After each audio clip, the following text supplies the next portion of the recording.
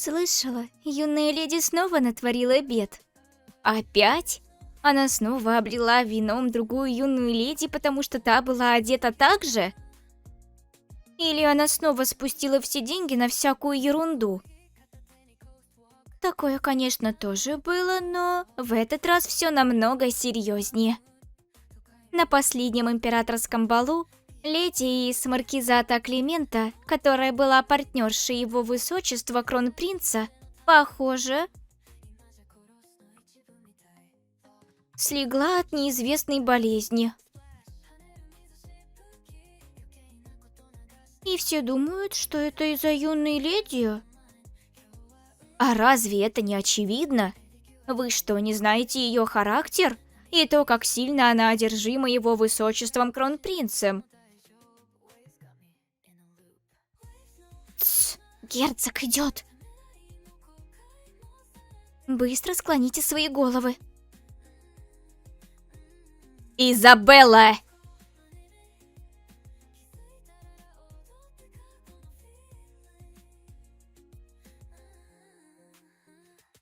Ты окончательно запятнала и очернила честь семьи. Решила открыто выступить против дочери маркиза? Слухи о твоих деяниях распространились по всей столице. Какое оправдание ты придумаешь на этот раз? До этого я спускал тебе все с рук, во благо твоей матери. Когда же ты наконец образумишься?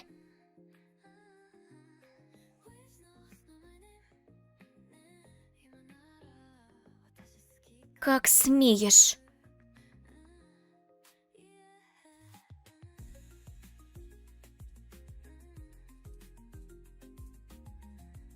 Почему? Моя рука болит?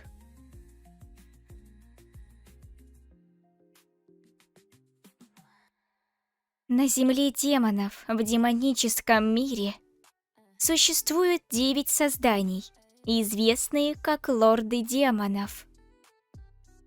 Каждый из которых обладает своей уникальной силой. Среди них я лорд контрактов, мастер связывающих договоров и нерушимых клятв. Та, кому благоволит сам король демонов. Я повелительница мира демонов. И та, о которой говорят, что она способна сбить летучую мышь на лету. Или не способна. Подумать только, в каком я состоянии. Эй, человечишка, что ты со мной сделал? Умереть хочешь? Если так хочешь, то я сейчас же... Что?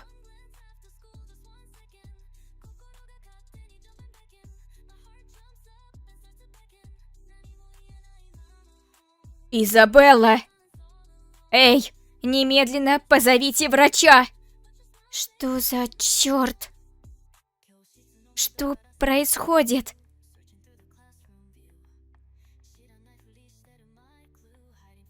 Эта бледность, жалкие слабые ручонки и эти излишне длинные тонкие блондинистые волосы.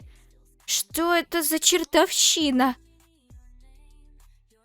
Как раздражает! Юная леди, вам, наверное, неудобно. Давайте я соберу ваши волосы.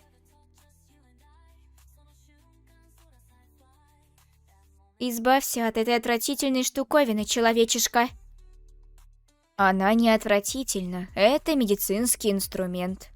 Я скоро закончу, так что, пожалуйста, потерпите, юная леди. Если кто-то узнает, что человек осматривал демона, это станет посмешищем на 1000 лет. Почему юная леди кашляла кровью? На данный момент, кроме небольшой потери сил, ничего особенного не наблюдается. Может быть, герцог своим ударом нанес ей внутренние повреждения? Внутренние повреждения от одного слабенького шлепка? Тогда я была зла и попыталась расправиться с тем грубым человеком, используя магию. Но кто-то вырезал магическую печать на моей душе. И эта печать настолько сильна, что, используя свою магию насильно, разрушу свою душу. Это точно дело рук кого-то сильного.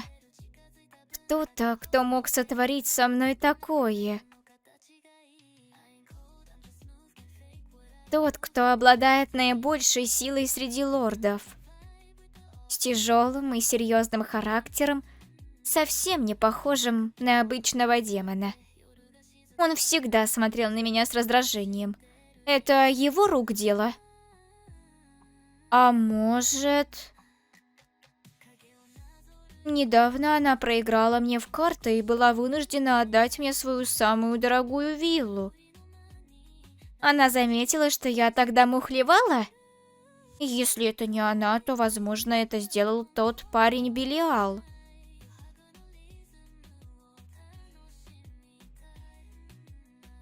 Думаю, это тело как раз подходит Белиалу.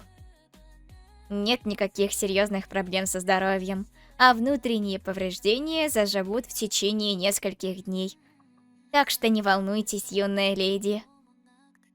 Да быть такого не может, взгляните на ее платье. Оно все в крови.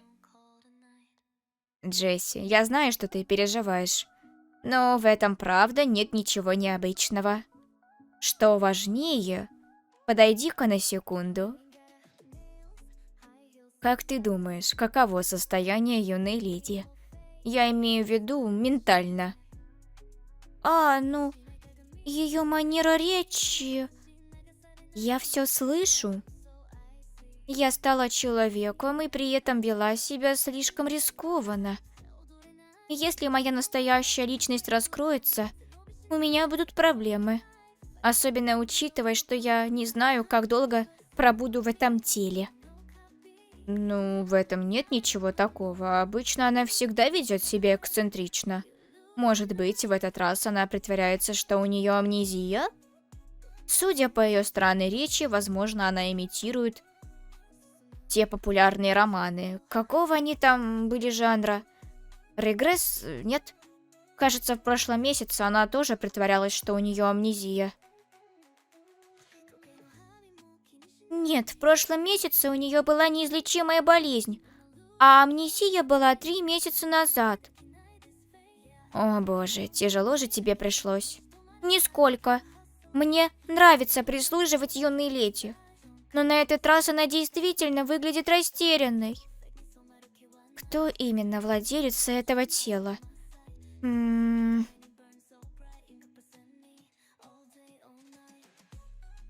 Так вот, юная леди, вас зовут Изабелла Данкант. Вы благородная дочь герцогского дома Данкант. Значит, такое имя у этого тела? О? Ничего, продолжаю объяснять. У тела, в котором я оказалась заточена, тоже полное имя, что и у меня. Изабелла. Какое неприятное совпадение. Вообще-то репутация юной леди в этих краях ниже плинтуса. Она настолько скандальна, ее даже называют злодейкой. Ох, правда? А это тело не такое уж и плохое. Сколько людей я наубила этими руками? Сотни? Тысячи? Уму непостижимо. Божечки, кажется, у юной леди и впрямь проблемы с ментальным здоровьем. Что? Она зовется злодейкой, не убив при этом ни одного человека? Юная леди.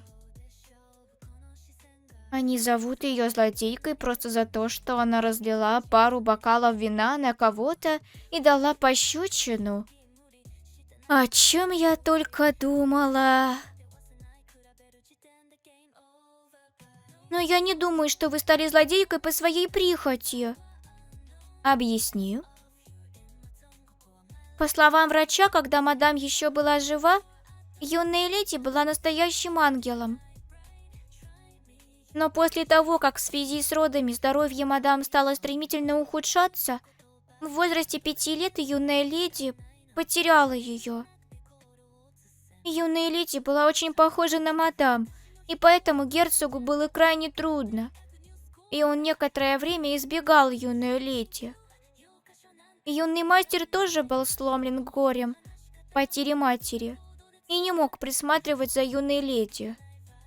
У этого тела есть братья или сестры? Да, лорд Габриэль, который старше юной леди на 3 года. Габриэль? Такое же имя, как у того мерзкого парня-ангела.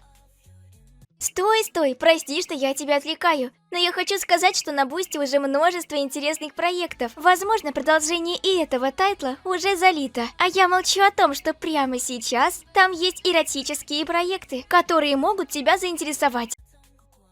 Габ, это имя, наверное, взято от Архангела?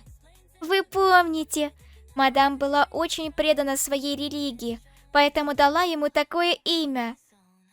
Вау, с ума сойти. Как можно называть ребенка в честь ангела? У людей действительно странные вкусы. В любом случае, юная леди, вы были слишком долго снаружи. Скоро вам нужно будет вернуться внутрь. Так ты была здесь?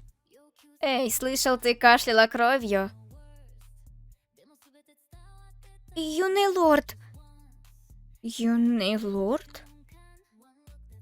Тогда этот парень должно быть тело... Эй, не собираешься отвечать?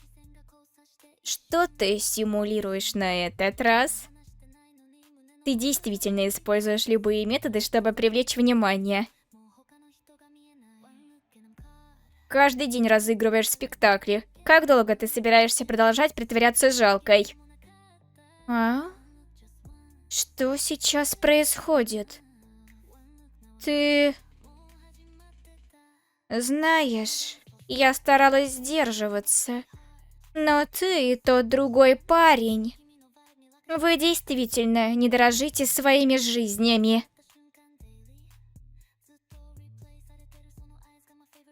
Дрянь. Если использую магию в таком состоянии, снова... Что за... Только не говори мне, что ты и вправду не притворялась.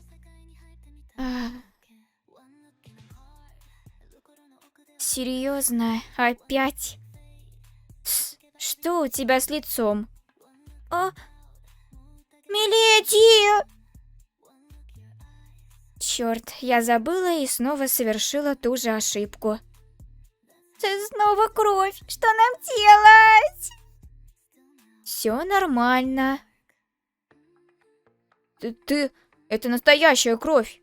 Ты действительно была ранена? Честно говоря, я не поверил, когда мне сказали, что у тебя внутренние повреждения. Где болит? Когда это началось? Отвечай! Почему ты вообще хочешь это знать?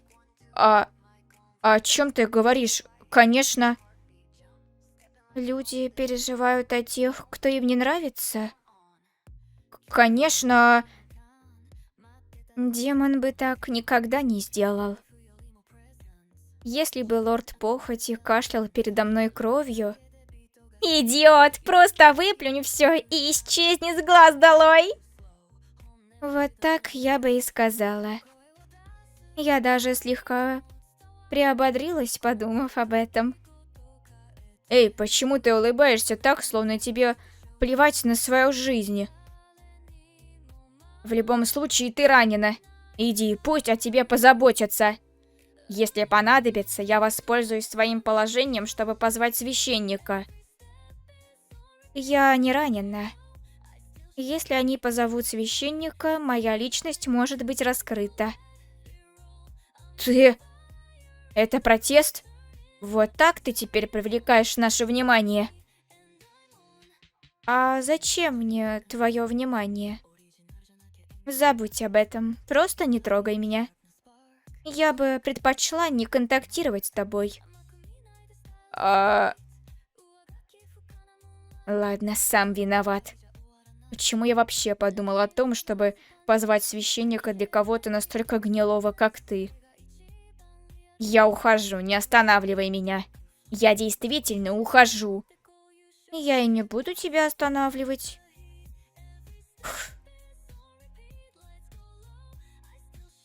На самом деле Изабелла напугала меня. Но почему? Да чего же жалкий. С этого момента я буду звать его Габби. Подумать только, он даже не заметил, что душа его сестры была подменена. Что это? Хоть и в небольшом количестве, но моя магия вернулась. Как?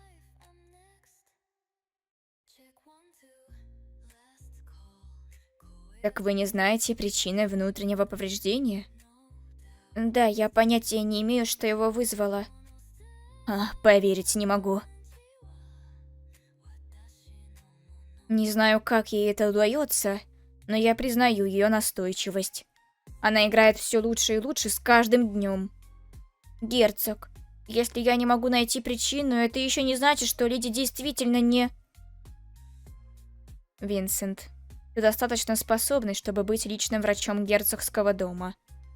А если даже ты не смог найти причину, то ее, скорее всего, не существует. Но кровь точно была настоящей. Возможно, вам стоит попросить помощи у храма. Это невозможно. Ты забыл? С тех пор, как Изабелла заявила, что она святая, одно упоминание ее имени заставляет храм содрогаться. Она и так уже привлекла достаточно внимания, так что, думаю, теперь она довольна. А ты можешь идти. Что ж, тогда я покину вас. Изабелла — сплошное разочарование. Интересно, когда она наконец образумится?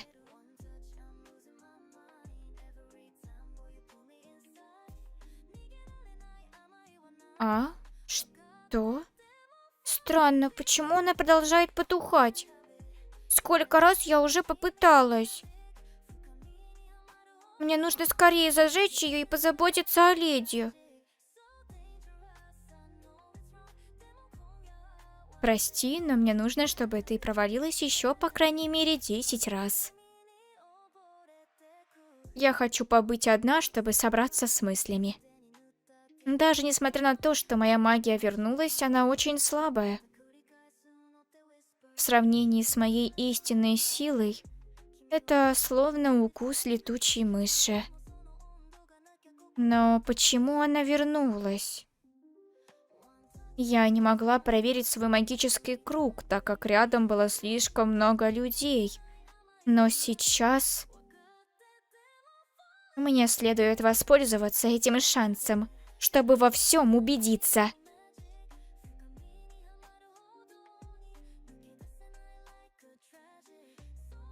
Этот магический круг. Печать, заточающая мою магию и душу внутри тела Изабеллы. Это необычная круговая печать. Это печать, соединенная с круговым контрактом. Круговой контракт означает подтверждение контракта, заключенного с демоном. Чтобы демон создал контракт, ему необходимо полномочия властелина контрактов меня. Стороны, заключающие контракт, связываются моей силой, и только тогда он будет считаться заключенным. А это значит, что человек Изабелла заключила контракт с демоном. Когда он вступил в силу, демон обязан исполнить человеческое желание. А если же он нарушен, то демон навсегда умирает или платит эквивалентную цену. Но как, черт возьми, я оказалась втянута в этот контракт и оказалась лишена способности пошевелиться? Может быть, моя магия запечатана, потому что... Ладно, неважно. В любом случае, мне нужно разрушить печать, вернуть свою магию и свое настоящее тело. Чтобы разрушить печать, демон, с которым Изабелла заключила контракт, должен исполнить ее желание. А это значит, что мне нужно его исполнить. В таком случае сначала нужно узнать желание Изабеллы. Свалить на меня такое раздражающее задание. Не знаю, кто это сделал, но как только я найду его, я ему голову откушу. Миледи, я наконец зажгла свечу. Похоже, вся коробка спичек была бракованной. Снова эта жутковатая улыбка. Как именно мне разорвать тебя на кусочки? Джесси. Да-да-да, я не думала ни о чем неприличном. Возможно, немного. Что она имеет в виду? Я хочу видеть Эбби и Габи. Сейчас? Габи — это юный лорд? Так как моя магия вернулась сразу после встречи с Габи, высока вероятность того, что желание Изабеллы связано с ее семьей. У меня есть примерное представление, так что нужно просто подтвердить его. Каждый божий день, пока мне это не надоест, отведи меня к ним. Если вы имеете в виду герцога и юного герцога, сейчас они ужинают в столовой на первом этаже. Ваш ужин, как обычно, принесли в комнату. Или вы хотели пойти в столовую? Ужин? Это всего лишь трава, которую даже кролики не едят. У семьи герцога что, совсем нет денег? Что? Отведи меня в столовую сейчас же. Как кролики, нет денег. Мисс, перед тем, как идти, вам следует переодеться. Слишком долго. Мисс! Кто бы мог подумать, что я вот так добровольно буду иметь дело с людьми.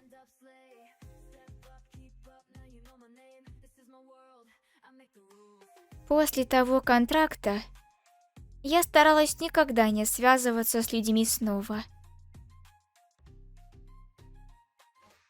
Что ж, больше 100 лет люди не живут. Так что за 500 лет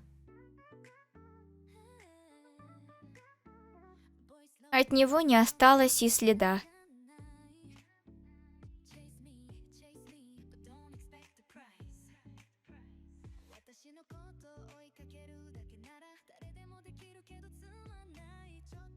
Изабелла?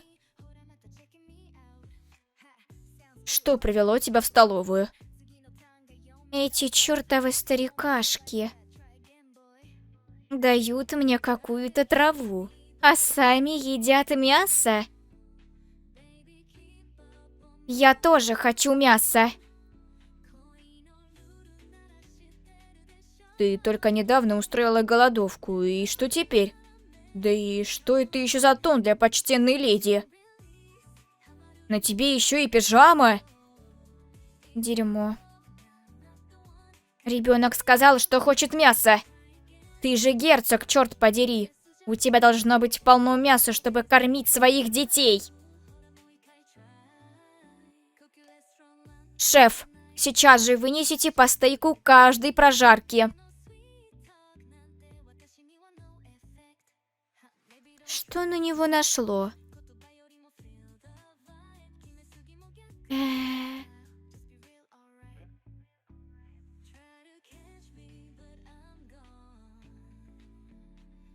Погоди, Изабелла, куда подевались твои манеры? Только не говори мне, что забыла, как пользоваться ножом и вилкой. Теперь ты решила притвориться каким-то ребенком или что?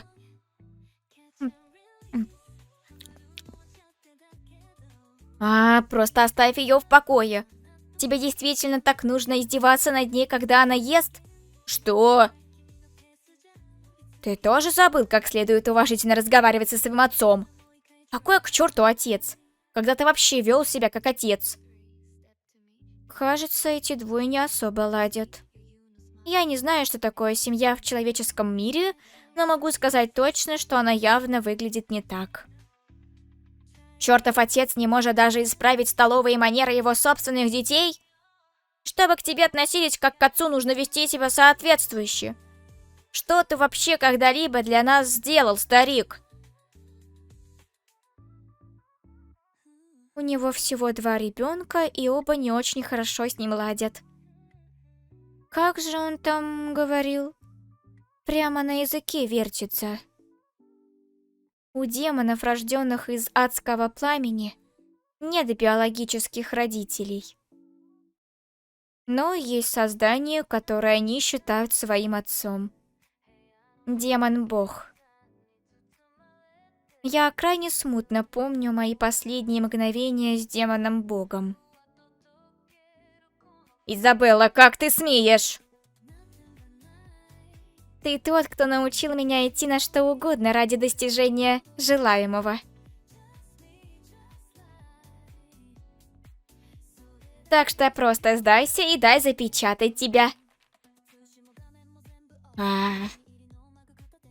Мое родительство полностью провалилось. Теперь вспомнила. Провалилась. Изабелла, что ты только что сказала? Твое родительство полностью провалилось. Позор. Ты абсолютно провалился. Полный провал. Ты совсем с ума сошла? Прекрати кричать. Старик, она права. Когда ты хоть раз уделял нам секунду своего времени? Они оба. Твое родительство полностью провалилось. Чертов старик. Мой лорд. Но, Изабелла... Ты всегда говорила, что ненавидишь калорийные продукты и не ешь мясо. Что же такое с тобой случилось, что теперь ты просишь мясо? Так вот почему они подали мне какую-то траву. Я больше не слежу за своей фигурой. Что ты сказала? Что слышал? Я не знаю, когда вернусь обратно в мир демонов.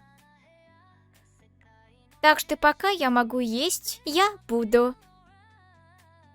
С этого момента приносите мне мясо каждый день.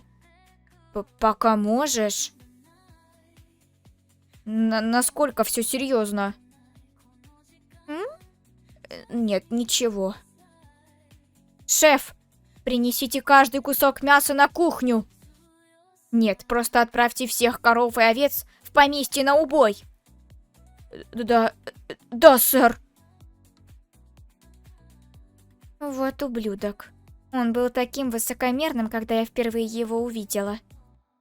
А сейчас говорит весьма достойные вещи.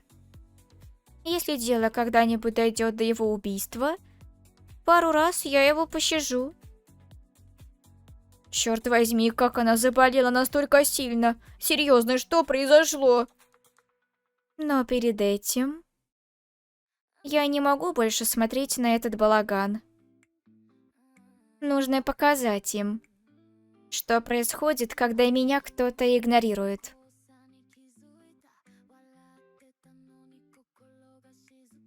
Изабелла, ты что творишь?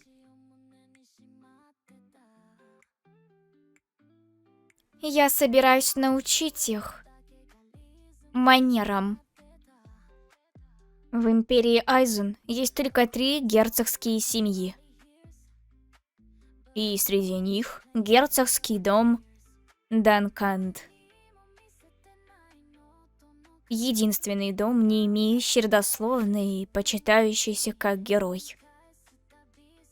500 лет назад один из 5 героев, запечатавших демона бога, взошел на королевский престол. Остальные же герои были награждены высокими титулами. Их потомки до сих пор купаются в славе предков, сохраняя их честь и статус до наших дней. Тсс, кучка жалких недомерков. Спустя 500 лет в них не осталось ни капли геройской крови. В высшем обществе есть негласное правило: никогда не смотреть на дом Данканд свысока. Что такого особенного в этих предках? Если уж на то пошло, то Данканды куда более впечатляющие. Они заслужили герцогский титул исключительно своими заслугами. И я продолжаю имя Данкандов, став мастером меча. Да даже отец, хоть он и провальный родитель, но мечник из него что надо. Видите? Данканды действительно выдающиеся. Единственное пятно в нашей семье — это... А! Миледи, вы что творите? Твое платье такое же, как у меня. Дочь простого графа смеет носить такое же платье, как и я? Немыслимо. Как вульгарно. Изабелла — порочная девушка, не знающая своего места. Настолько глупая, что единственное, на что она способна, так это закатывать истерики. Что на этот раз? Эта соплячка ни дня не проводит, не устроив сцены. Так я думал. Но в этот раз она приставила нож к горлу прислуги, чокнутая. Что, учишь их манерам? Изабелла, что за чушь ты несешь? Если так продолжится, отец просто вышвырнет ее из дома. Изабелла, хватит! Опусти нож и извинись перед прислугой. С чего бы? Если я извинюсь сейчас, то этот официант никогда не научится манерам. Он станет высокомерным, думая, что может меня обидеть только потому, что ты защищаешь его. Это не так. Габриэль Данканд, ответь мне. Я не заслуживаю уважения? Она права. Ни один аристократ не станет извиняться перед простолюдином за такие пустяки. А учитывая, как к Изабелле относятся в обществе и в кругу семьи, естественно, герцогские слуги будут скрытно насмехаться над ней. Скорее всего, она лишь ждет, когда ее вышвырнут из семьи. Так я думал. Изабелла — огромный позор для семьи. Младшая сестра, мешающая моему светлому будущему. И все же, как бы сильно она нас не позорила, в ней течет кровь семьи Данканд. Она не заслуживает презрения окружающих. Я был неправ. Я не должен был игнорировать эти взгляды и насмешки. Я должен был предупредить их хотя бы раз. Если бы я был на стороне Изабеллы, сложилось бы все иначе.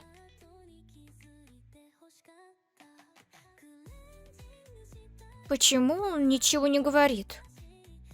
Ладно, ты права. Ты Данканд, и прислуга обязана тебя уважать. Во всяком случае, пока что. Какое наказание ты хочешь вынести тем, кто насмехался над тобой? Ну, я бы хотела отрезать их головы этим ножом. Эй, с ума сошла, что ли? Ты все равно не сможешь сделать этого ножом для масла. Если сильно постараться, то получится. Не надо стараться. Достаточно. И как только мои единственные дети выросли такими. Если бы моя жена была жива, они бы сейчас были бы другими. Я, конечно, не самый хороший отец, но... я воспитывала их в достатке. Изабелла, шутка зашла слишком далеко. Даже аристократы не могут вот так просто лишать простолюдинов жизни. А я не шутила. Но те, кто посмел насмехаться над герцогской дочерью, больше никогда не будут здесь работать. Выгоните их. На этом ужин окончен. Я устал. Я даже не доела. Налейте мне еще вина. Да, миледи. Вкуснота!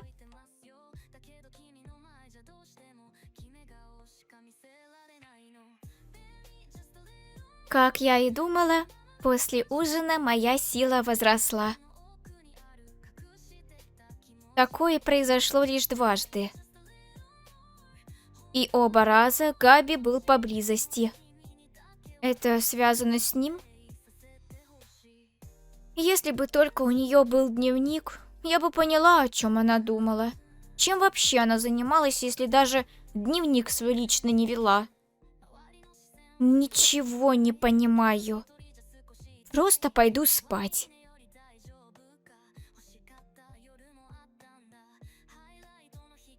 Что происходит? Учитывая их наряды, они тут какие-то брачные ритуалы проводят, что ли? Я ведь точно была в постели. Смотрите, это же печально известная леди Изабелла. Боже милостивый, та сумасшедшая! Мое тело движется само по себе. А вы знаете, почему бал дебютанток был отложен? Ну, обычно дебютанток сопровождает семья. Но у леди Изабеллы нет никого, кто сопроводил бы ее. А герцог и младший герцог ведь живы, да? Разве это не доказывает, что даже в собственной семье ее ненавидят? Потому что она убила свою мать при родах. Ей вообще не следовало рождаться.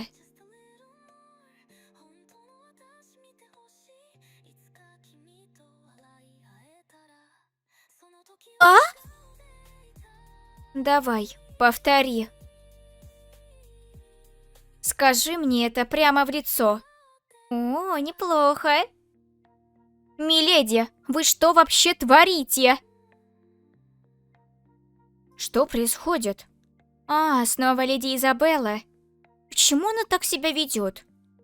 Внешность у нее неплохая, конечно, но вот ее характер, она точно сумасшедшая.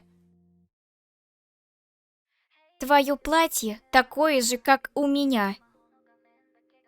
Дочь простого графа смеет носить такое же платье, как и я? Боже мой. Немыслимо. Как вульгарно. Даже юный лорд игнорирует ее. Когда они ее выгонят? Она такая простачка. Я даже смотреть на нее не могу.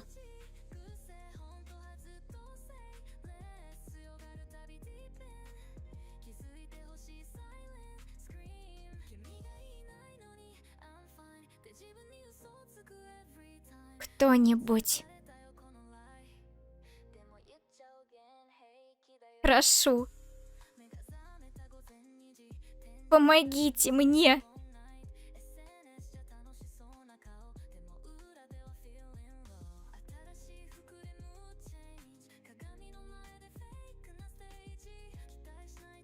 Изабелла, это соплячка. Глупая девчонка, если собралась сделать то, с чем не можешь справиться, то не стоило и начинать. Теперь еще и плачешь? Как же бесит! Какой неприятный сон. Миледи! Как вы можете креститься наоборот? Это богохульство. Бог, о котором говорят люди, должно быть, это Бог Поднебесный.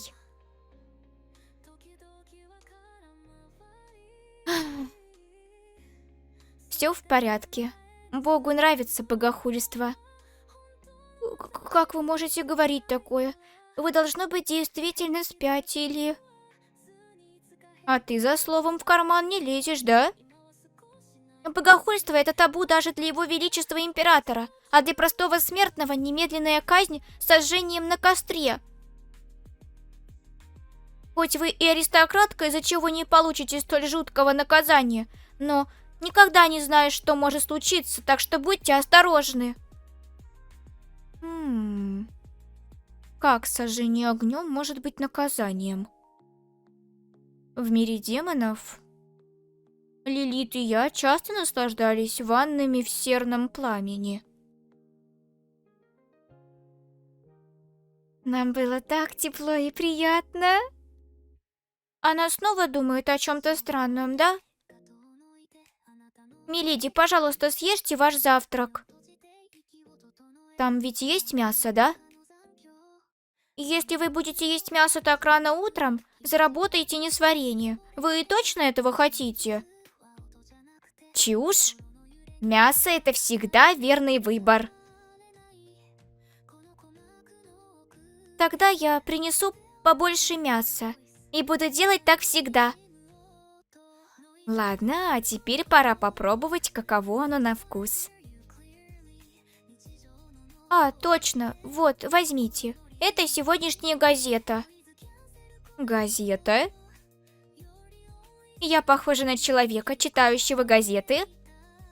Ну, обычно вы не читаете, но в сегодняшнем выпуске газеты написано про кронпринца. Кронпринц? И какое он имеет ко мне отношение? Миледи, вам нравится его высочество кронпринц? Можете не искать, он на первой странице. Ну, он симпатичный, наверное. Говоришь, он мне нравится? Он же обычный человек. Миледи! Как вы можете так говорить о кронпринце? Это госизмена! Безусловно, есть куча способов совершить госизмену. В любом случае, он мне больше не нравится, так что можешь не носить мне газеты. Ну, вам еще не до конца вернулась память, миледи. Тогда кто вам сейчас нравится, миледи? Нравится? Мне нравятся люди с чистой и белой душой. То есть, хотите сказать, что не судите книгу по обложке, да? Да-да, думай, как тебе нравится.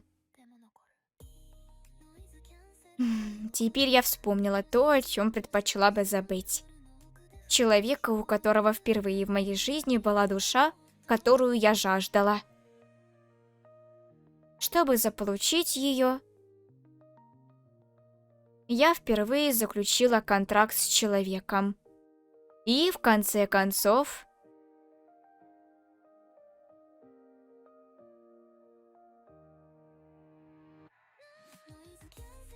Забудь, это уже в прошлом. Просто дочитаю газету. Нет ничего лучше газеты, чтобы понять, что происходит в среднем мире. Империя Айзен. Раньше она была королевством, но сейчас стала империей. Из всего множества стран Изабелла живет именно в империи Айзен. Еще одно неприятное совпадение. Статья о кронпринце посвящена дипломатическому событию. Дипломатия и вся эта ерунда. Люди все еще живут такими утомительными жизнями. Хотя могли бы просто смести все силой. Кронпринц, появившийся на мероприятии, Эдриан Мартин. Мартин? Боже мой! Что происходит? Откуда взялся этот ветер? Я не закрыла окно? Мартин. Я хорошо знаю это имя. Мартин Захари. Мой первый контрактор 500 лет назад.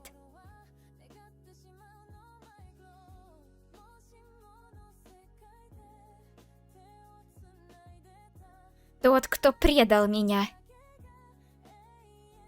Так значит, он... его потомок?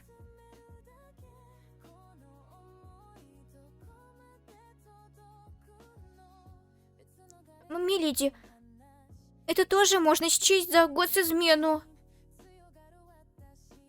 Джесси, избавься от этого. Хорошо. Ладно, соберись. Ну и что он потомок того мужчины? Нельзя же жить вечно связанной с событиями, произошедшими 500 лет назад. Сейчас я просто должна использовать это тело, затем исполнить желание Изабеллы. А после вновь обрести свою магию. Это моя главная задача. Кронпринцы и вся эта ерунда, я просто не буду в это лезть. Так я думала.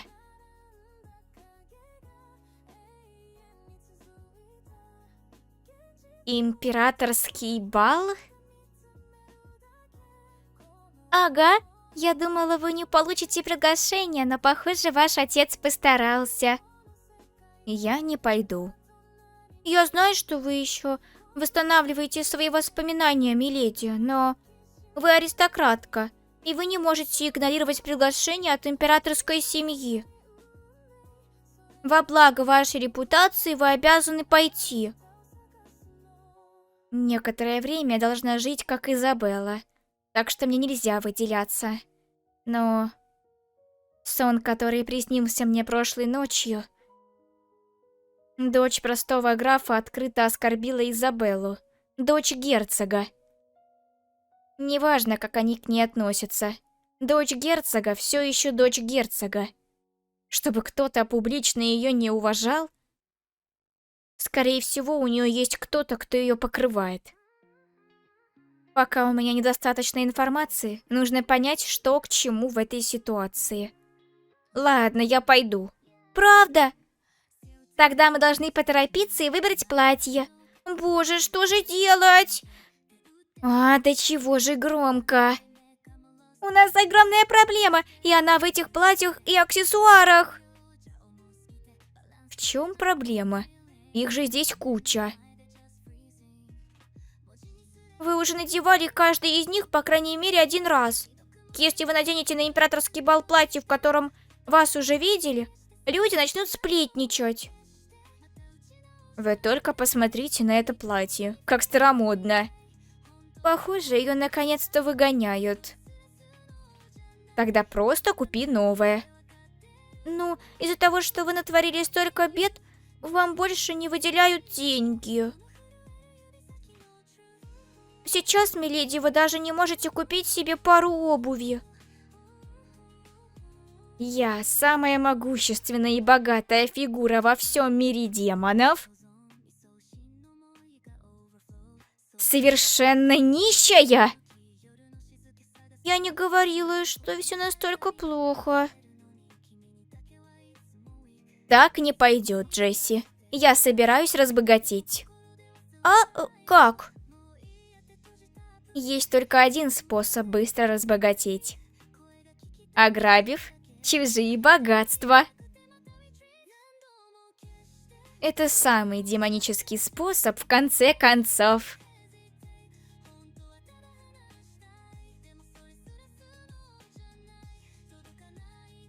Миледи, давайте просто вернемся домой, пожалуйста.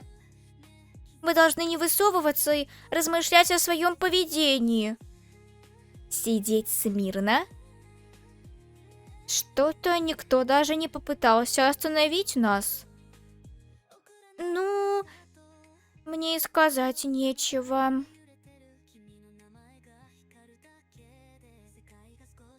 Прислуга была приструнена, как полагается. Слышала, она пыталась обезглавить официанта за его грубость. Жуть какая. Кстати говоря, куда мы едем?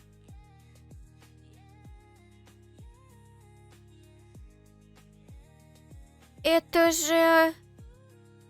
трущобы, разве нет? Дальше я пойду одна. Миледи, у меня будут большие неприятности, если я оставлю вас одну. Кроме того, двое ведь лучше одного, верно? Одной мне было бы куда лучше. Так почему вы сюда приехали? Грабить нужно того, кто не вызовет никаких проблем. Что? Не может быть! Вы хотите ограбить людей в трущобах? Заткнись. О чем ты думаешь? Мы так и за месяц не разбогатеем. А я хочу все быстро и сразу. К тому же я даже знаю идеальную цель.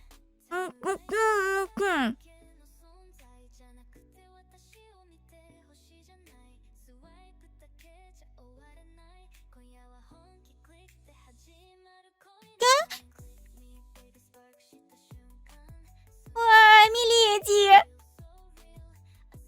Ты... Отведи меня к своему мастеру.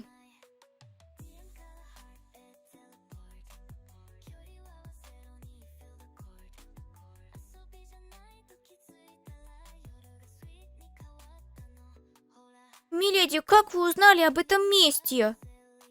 Секрет фирмы.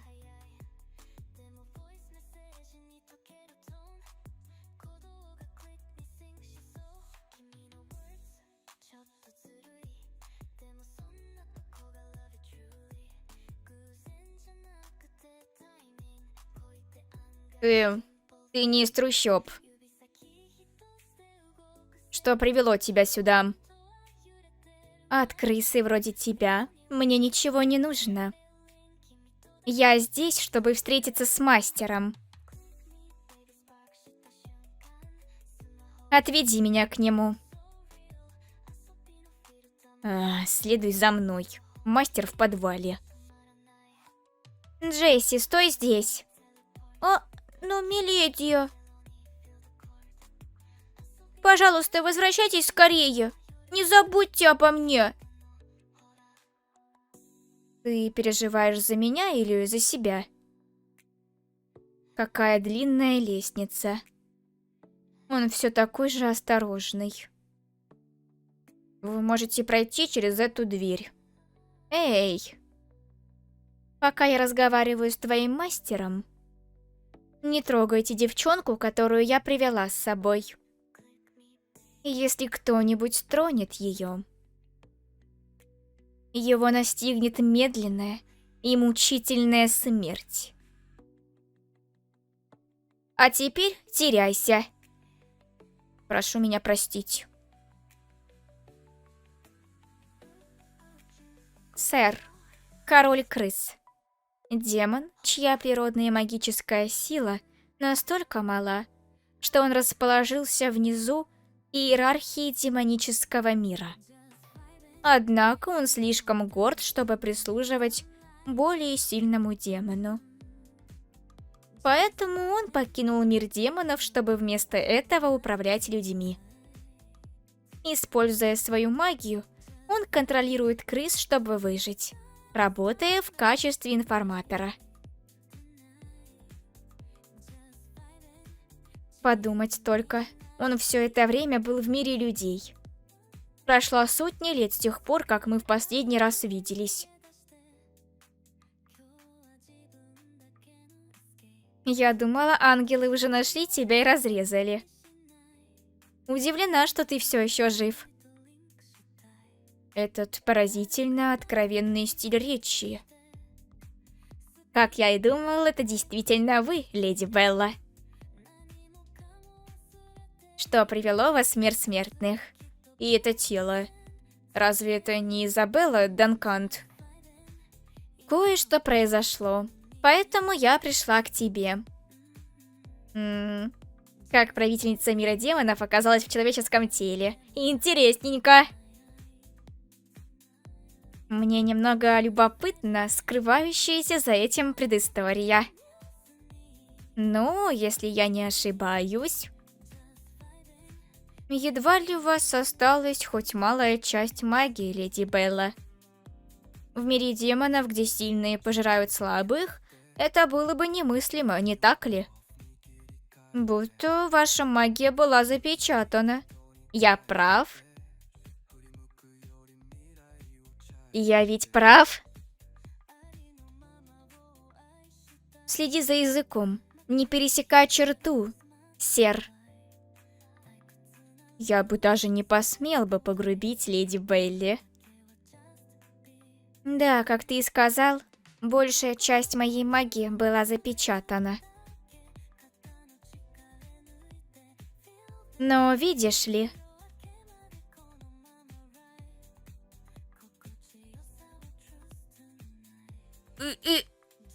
Даже с таким количеством магии я могу стереть тебя в порошок. Понимаешь? Леди Белла, эта штука, застрявшая рядом со мной, это ведь кухонный нож, да? Все верно. Вы серьезно хотите убить меня кухонным ножом?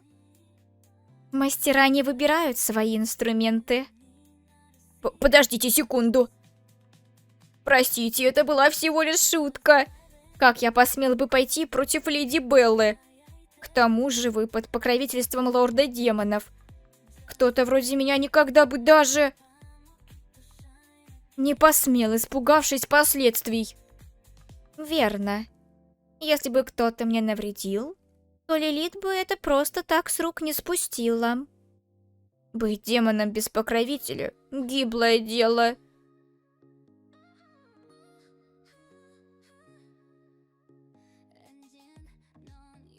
Погодите, и никто даже не заметил произошедшего? Даже люди Данкандов не поняли, что вы завладели этим телом? Верно. Но у вас ведь даже манера речи другая. Изначальная владелица тела была такой занозой, что любые мои выходки люди воспринимали как норму. Юная леди Данкант была печально известна своей тягой к неприятностям. Она устраивала самые разнообразные инциденты до недавнего времени. О, точно, я кое-что вспомнил. Ходили слухи, что леди Изабелла была связана с почитателями демонов. Почитателями демонов? Эти гады все еще существуют? Они действуют настолько тайно, что я слышал о них только из слухов. Но не так давно я убедился в том, что они существуют. Почитатели демонов. Люди, которые еще 500 лет назад предали собственный род, чтобы встать на сторону демонов. Большинство демонов презирают почитателей демонов, считая их грязными предателями, что покинули свой род, дабы удовлетворить собственные эгоистичные желания. Я до сих пор не могу забыть те ужасы, что видела в их логове в тот день. Ради расположения демонов они убивали невинных. Даже сами демоны не стали бы их трогать. Вы ведь по-настоящему ненавидите почитателей демонов, не так ли, леди Белла? Разве они не ваши последователи? Хоть они и монстры, и их дети мне не нужны. Мои последователи? Представь, что тебя почитают тараканы. тараканы. Если окажутся в поле моего зрения, я разорву их на части. Как бы там ни было, похоже, Изабелла использовала почитателей демонов, чтобы создать круг призыва. Я все пыталась понять, как она сумела совершить призыв. Теперь один вопрос закрыт. Сер, ты можешь связаться с миром демонов? С миром демонов? Раз уж вы просите.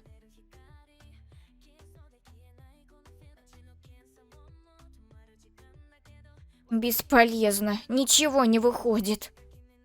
Что насчет врат? Врата.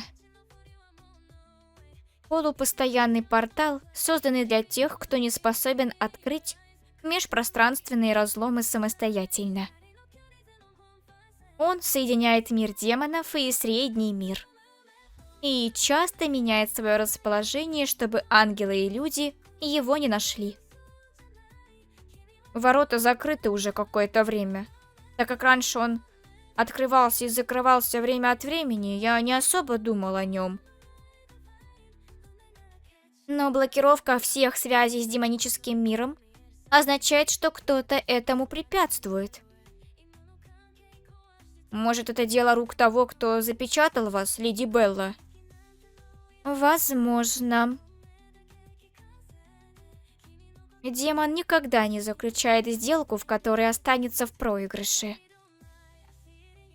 По условиям договора они, вероятно, забрали душу Изабеллы. Но запечатывание такого высокорангового демона, как я, куда ценнее какой-то там человеческой души. И все же, раз я не знаю условия контракта, значит, они хотят, чтобы я оставалась прикованной к этому телу надолго. В конце концов, они хотят не допустить моего возвращения в мир демонов. Как странно. Вы ведь лорд контрактов. Как вы могли не знать об этой сделке? Контракт ведь был заключен с использованием вашей собственной силы, да? Да, обычно я бы все знала, но 500 лет назад, в результате предательства моего первого контрактника Захари, я потеряла большую часть своей магической силы и стала слабейшим созданием в мире демонов. Мои способности, конечно, постепенно повернулись, но без них я бы там не выжила. Так что в обмен на часть моей власти я получила от других лордов магическую силу. А лорды были наделены властью свободно создавать, по крайней мере, одного контрактника. Вот почему, когда я только проснулась, то в первую очередь заподозрила именно их. Я и сейчас думаю так же. Действительно существует способ использовать силу контракта без вашего разрешения, леди Белла? Точно хочешь знать? Я могу рассказать, но тогда придется убить тебя, дабы сохранить тайну. Тогда не надо. Я за сегодня пугался столько раз, будто вновь вернулся в мир демонов. Это напомнило мне. Я была так занята, что забыла побеспокоиться о Каманге. Каманге? Это еще что? Мой домашний питомец, демонический зверь. Ты ведь его уже видел, разве нет? Какое милое имя для такого свирепого зверя. Кто же будет кормить Каманги, если не я? Давайте просто будем надеяться, что другие демоны не будут съедены им. Эта штука могла бы проживать даже дракона. Сер, думаю, я должна буду привести Каманги в средний мир. Что? Нет, эту опасную штуку и как? Ваши силы запечатаны, а ворота в мир демонов закрыты. И что? С этим ты разберешься. Я? Я? Это абсурд, издевательство. О, точно. Чуди было не забыла, зачем пришла сюда. Отдавай все свои деньги.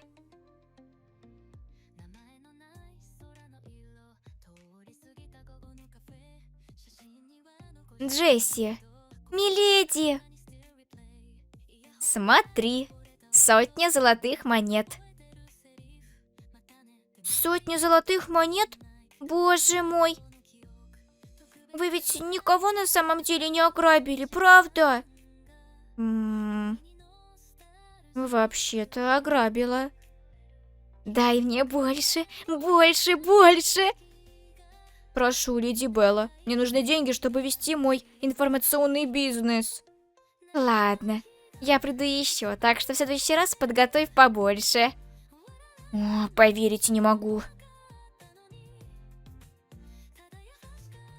Большинство людей здесь подчиненные Сера. Мне следует поддерживать хоть какой-то авторитет. Джесси никто не трогал. Я продала некоторую информацию. Вроде пары секретов семьи Данкант. Что? Даже если вам нужны деньги, это... К примеру, Габи сосет свой большой палец, когда спит. Что? И это информация, которая должна продаваться? Кто за это вообще заплатит? Забавно, да? Ну, да, наверное. И все-таки я не ожидала, что у юного герцога есть такая привычка. Как бы там ни было, хватит об этом. Мы направляемся к нашему следующему пункту назначения. А? Мы здесь еще не закончили? 100 золотых более чем достаточно для банкетного образа. Кто-то вроде меня не может быть доволен такой мелочью. Просто доверься мне.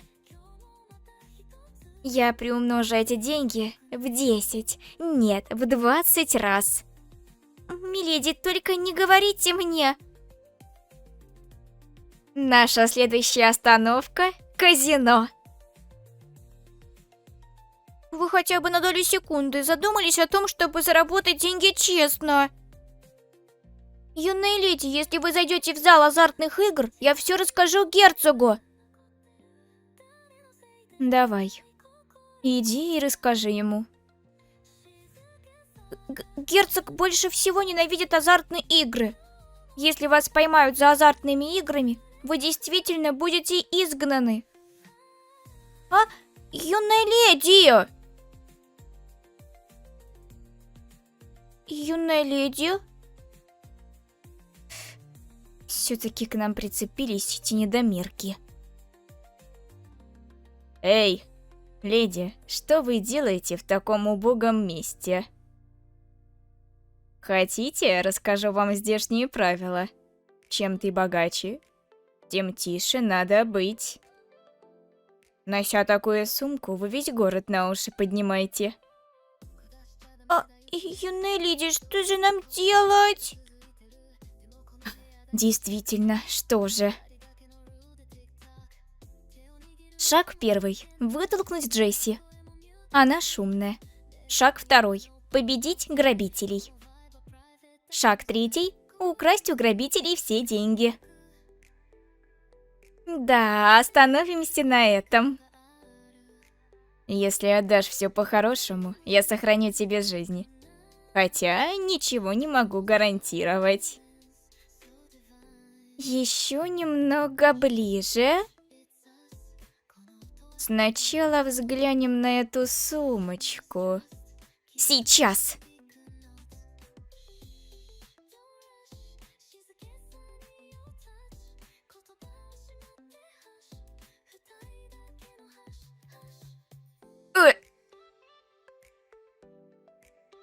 Кх.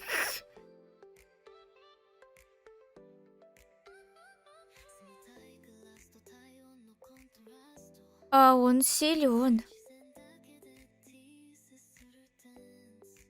Если он на меня нападет, возможно, я смогу пырнуть его ножом. Сэр-рыцарь, спасибо, что спасли нас! Честно, спасибо вам огромное! Юной леди, тоже скажите спасибо, быстрее! Спасибо. Если бы не он, я смогла бы обчистить их карманы. Но теперь не смогу. Здесь опасно. Сейчас же уходите. Это чистая энергия. Что ж, я пойду. Погоди.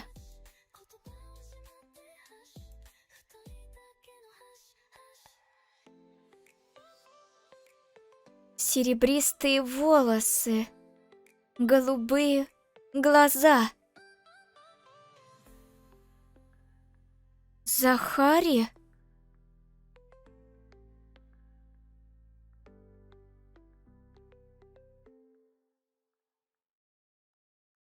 Юная леди, как могли быть так грубы с тем, кто спас вам жизнь? Серебристые волосы. О чем вы? Каждый раз, когда я вижу серебристые волосы, я злюсь. Когда-то я считала их красивыми. А сейчас даже малейшее воспоминание о них вызывает у меня отвращение. Весь азарт пропал. Давай вернемся в герцогское поместье. Юная леди...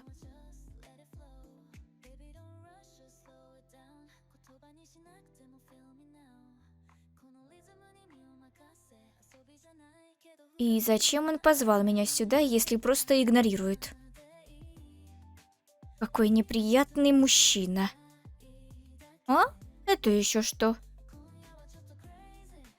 Почему-то оно выглядит знакомым. Ты все еще не одумалась, не так ли?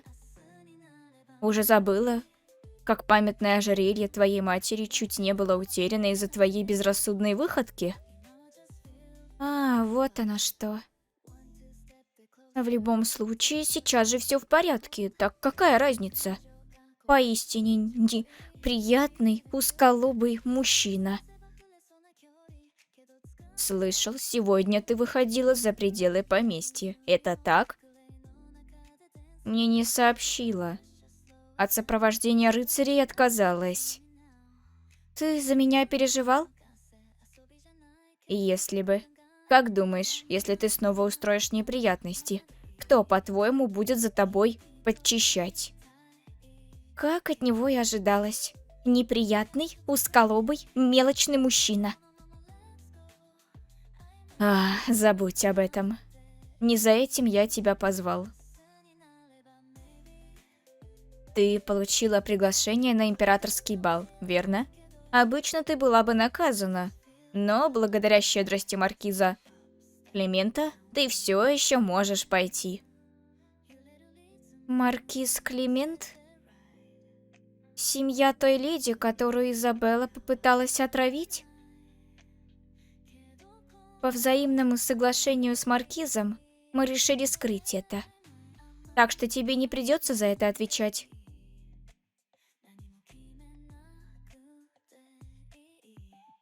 По взаимному согласию с маркизом мы решили скрыть это, так что тебе не придется за это отвечать. Вместо этого, после бала иди к маркизу и попроси прощения. Что? Почему я должна? Была ли Изабелла изначально вообще виновной? Как Изабелла смогла бы раздобыть яд? Первым делом, попав в это тело, я провела оценку окружения. И единственной приближенной к ней прислугой была Джесси, которой здесь долго не было.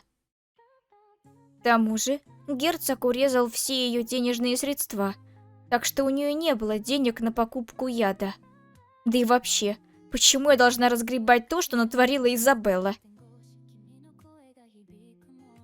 Ты вежливо попросишь прощения, и ты лично передашь документы на алмазную шахту, обещанные в качестве соглашения. Я пойду прямо сейчас. Я должна извиниться за свой проступок. Я совсем разберусь. Алмазная шахта.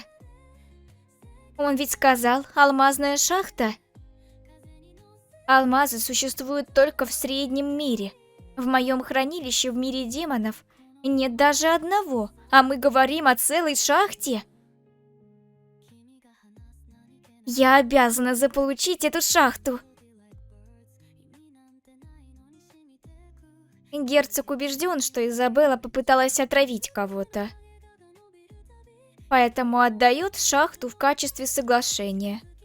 Но, как по мне, что-то в этом деле нечисто. Изабелла не виновата. Тогда что, если я докажу ее невиновность? Если маркиз признает это, то ни в каком соглашении необходимости не будет. Я скажу герцогу, что расплатилась алмазной шахтой, а при помощи небольшой договоренности полностью пристрою себе шахту. Идеальный счастливый конец для каждого! В таком случае сперва я должна доказать, что Изабелла невиновна. Нет, не я, а он.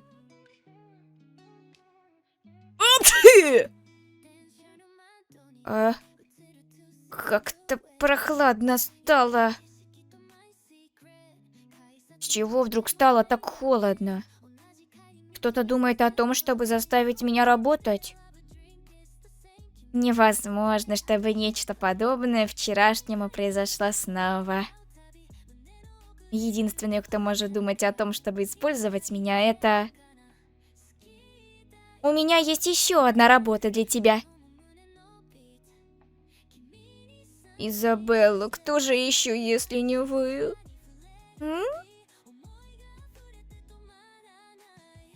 Информация о маркизате Климента? Да, тщательно все проверь. Особенно удели внимание всему, что касается ядов. Покупал ли кто-то из членов маркизата яды в последнее время? Если да, то какого рода яды? Яд, значит. Так значит, в этот раз все из-за слухов? Вы думаете, что настоящий виновник кто-то другой?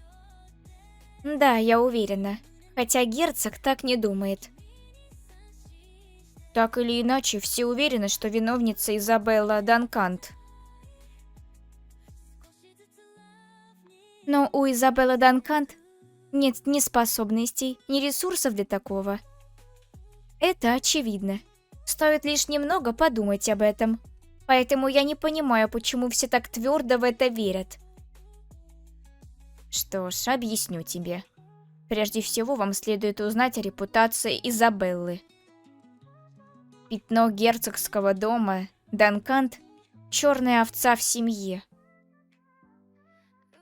Герцогский дом Данкант известен тем, что из поколения в поколение производит на свет выдающиеся таланты. Но Изабелла Данкант, как бы сказать, не соответствовала этой репутации. У нее не было ни таланта к боевым искусствам, ни выдающегося ума. Жить среди таких потрясающих членов семьи, будучи обычным человеком, должно быть трудно. Таланты? Но ведь Габи тот еще тупица. Габи? А, вы про молодого господина Габриэля? Он тоже не обладает ни умом, ни уравновешенностью. Но он проявил себя в другом. Он самый юный мастер меча. Говорят, он настолько искусно управляет аурой, что использует ее вместо зубочистки. Легкотня. Та самая аура, которая проявляется лишь у ничтожного меньшинства людей? Разве это возможно? Ну, это все-таки просто слухи, а не подтвержденный факт. Однако это показывает, насколько он талантлив. От служанки я слышала, что после смерти герцогини ее отношения с семьей испортились. Но, может быть, на самом деле ее отвергли из-за отсутствия способностей. Талант — это как раз то, к чему люди цепляются, когда хотят придраться. Но семейные разногласия, скорее всего, были вызваны герцогиней. Говорят, здоровье герцогини стало стремительно ухудшаться после того, как она родила Изабеллу. Я вот чего не могу понять. Разве Изабелла не родилась лишь как средство для продолжения рода герцога? Если здесь и есть чья-то вина, то только герцога, который не способен контролировать свои нижние части. Может, я пробыл в мире людей слишком долго? Очень трудно привыкнуть к манере речи мира демонов, слыша ее вновь. Рождена для продолжения рода. В любом случае, мнение общественности уже было плохим, так что они не особо беспокоились о подтверждении достоверности очередного дурного слуха. Пока вы не предъявите весомые доказательства, никто вам не поверит. В таком случае, тебе просто нужно найти настолько весомую информацию, чтобы никто не смог ее отрицать. Черт, я сам себе рою могилу. Я попробую, но каковы сроки? День императорского бала. До полуночи того дня. Что? Императорский бал уже послезавтра. Вы хотите, чтобы я завершил расследование до полуночи послезавтра? А что? Думаешь, ты не справишься? Нет, мне всегда нравится доводить себя до предела. Ну, Белла, я информатор. Демон, который занимается покупкой и продажей информации. Ну, оплате за мои услуги. Всего один удар, и оплатой станет твоя жизнь. Такова доля слабых. Хотя, если подумать... Да. Ты не планируешь возвращаться в мир демонов? Я могу поговорить с Лилит и найти для тебя подходящую должность. Я оценю ваше предложение, но сейчас мне комфортнее в мире людей. Человеческий мир будет уничтожен совсем скоро. Что? Я чувствую, что печать на демоне-боге слабеет. Самое большее, что печать сможет выдержать, сотни лет. Когда демон-бог вернется, первое, что он захочет разрушить, это человеческий мир. Верно. В прошлом они пытались разрушить человеческий мир, но им помешали. Лучше вернуться в мир демонов, чем просто так лишиться своей жизни здесь. Благодарю, что рассказали мне. Пустяки. Я сказала тебе только потому, что не могу смотреть, как умирает мой дорогой крысенок. Обязательно, что ли, было это говорить? В любом случае, каким бы ни был итог, я завершу расследование до послезавтрашней полуночи. Помни об этом. Чем весомее доказательства, тем лучше.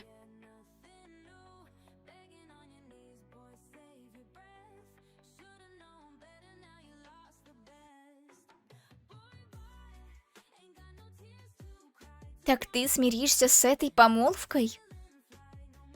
Мой старший брат так строг. Думаю, я должна. Старший брат он или нет, даже монстр не продал бы свою семью. Надя, Климент. Если ты хочешь, чтобы что-то изменилось, то иногда в своей жизни нужно рисковать. Особенно,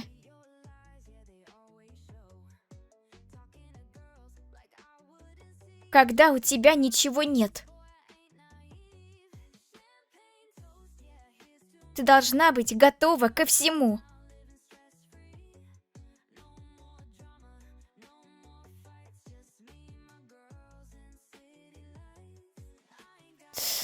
Сны гораздо опаснее, чем я думала. Даже очнувшись ото сна, эмоции остаются. Во время сна мне действительно кажется, будто я стала Изабеллой Данкант. Надо взять себя в руки после всего, что они сделали. Ты все еще испытываешь жалость к людям? Но это не был совсем уж бесполезный сон. Все говорят, что она ненавидела дочь маркиза и попыталась убить ее. Но они казались довольно близкими. И Изабелла уже не могла выносить ситуацию, в которой оказалась. Она родилась в знатной семье, но не обладала никакими способностями. Это было унизительно. К тому же ей приходилось мириться с холодным отношением со стороны родных. Изабелла... Юная леди, вы проснулись? Я принесла ваш завтрак.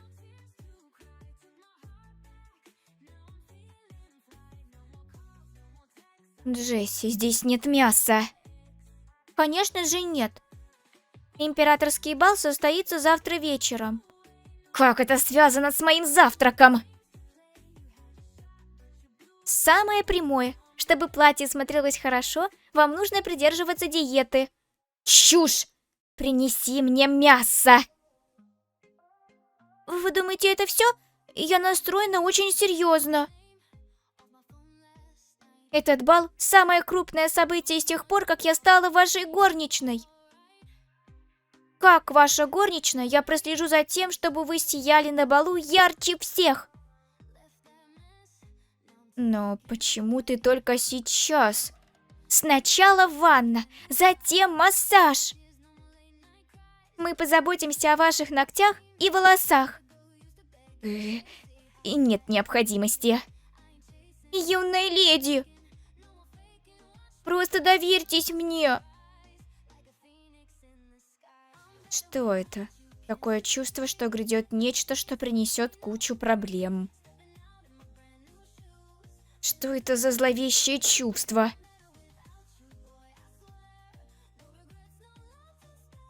С самого утра одни массажи и еще массажи. Это уже вторая моя ванна. Как долго еще должна продолжать заниматься этой чушью? Вы должны быть идеально подготовлены к балу. Бал – это поле боя. Используя слова как оружие, они направляют их друг против друга и решают исход битвы. Это поистине ужасающее место. И какова награда? Улучшение вашей репутации и интерес со стороны хороших джентльменов? Мне не нужно такового рода внимания. Моя госпожа, вам тоже нужно выйти замуж. Возможно, на сегодняшнем балу вы сможете встретить подходящего партнера. Партнер? Это просто кошмарно. На сегодняшнем балу я приложу все силы, чтобы не привлекать внимания. Раз уж появились деньги, было бы хорошо заказать новое платье. Но времени слишком мало, так что придется надеть то, что вы уже носили. Забудь об этом. Не хочу тратить деньги на такие банальные вещи. Зато я красиво уложу ваши волосы. Ах да, хотите сначала взглянуть на шкатулку с украшениями? Шкатулка с украшениями? Возможно, я не особо интересуюсь одеждой, но я уж точно разбираюсь в украшениях. Чудно, неси сюда украшения. Давно я не видела ничего из среднего мира. А раз у герцога даже алмазные рудники есть, то украшения должны быть по-настоящему роскошны, да?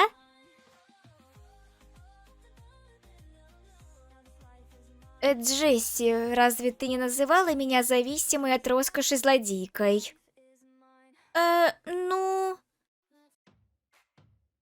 пришла в этот дом совсем недавно, так что сама я только слышала слухи. Большинство из них простые. Нет, скорее скромные дизайны. Что-то тут не так.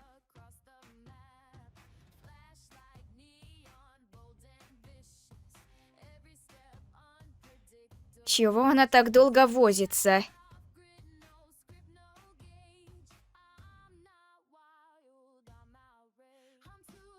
Что за... Ах, Габи.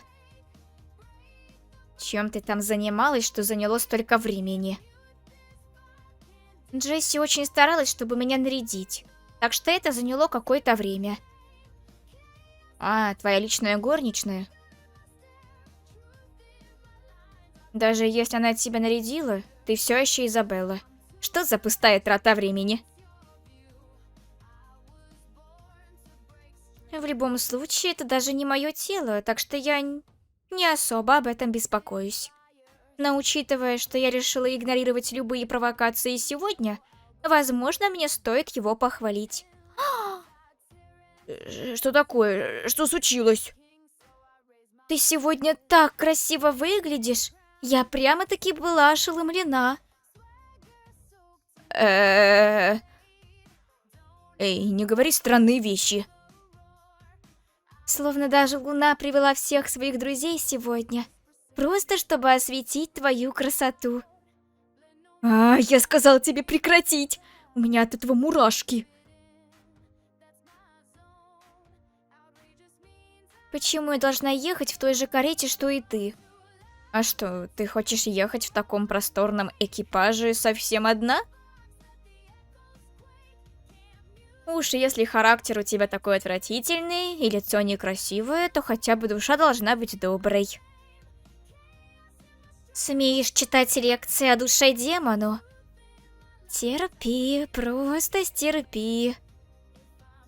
Сделай комплимент. В отличие от твоего милого личика, твое сердце напротив колючее. Что ж, приму это за шипы, что подобают такой розе, как ты. Ты что, с ума сошла?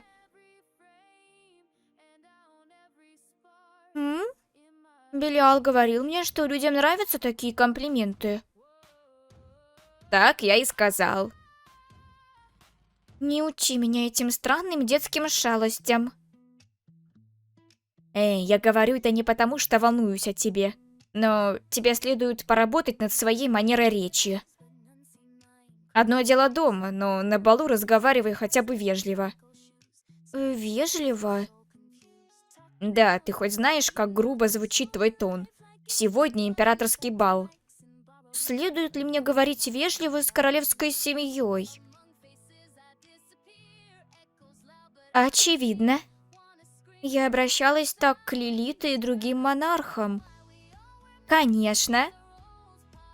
Люди действительно придумывают странные правила. С теми, кто ниже тебя, можешь говорить как хочешь. Но с теми, кто тебя выше, ты обязана быть вежлива. И кто именно выше меня? Ты издеваешься надо мной? Очевидно, королевская семья. Ну, есть еще парочка помимо них, но все же. Как к члену герцогской семьи, они, скорее всего, не будут придираться к тебе из-за неформальной речи. Но с королевской властью все иначе. За оскорбление династии можно и в тюрьму угодить. Ты слушаешь? Чего такого страшного в человеческой тюрьме?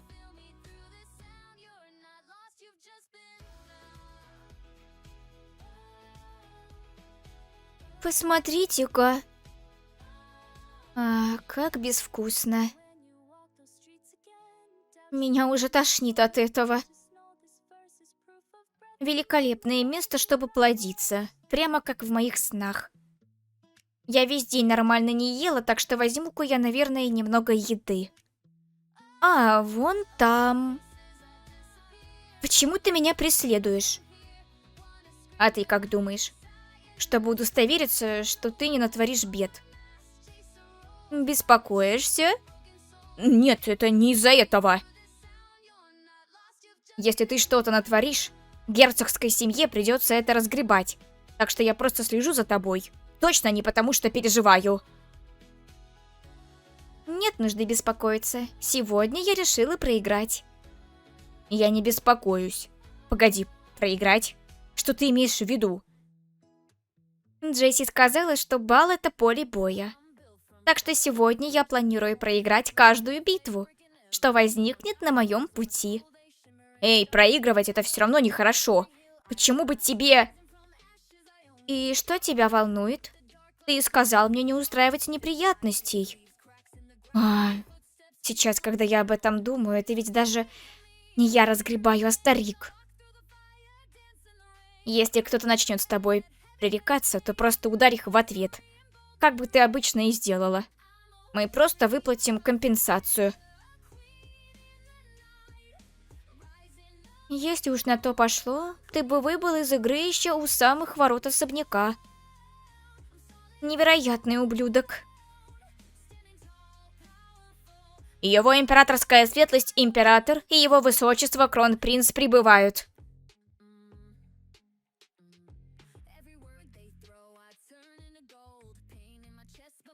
Они... представители власти. Это было ожидаемо, но все же... Цвет волос вызывает во мне желание поджечь что-нибудь. Что ты делаешь? Уставилась, как идиотка.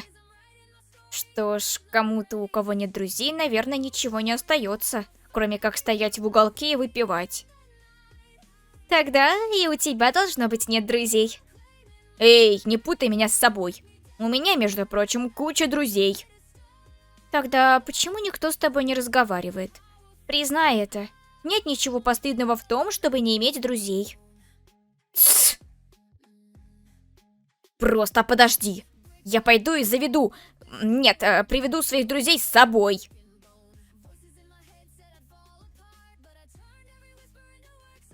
Серьезно, какой же дурак. Но все же...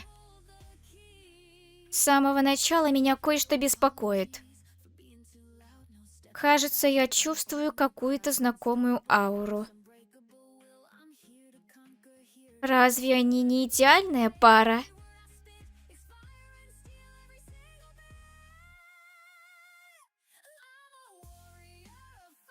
Это еще что такое?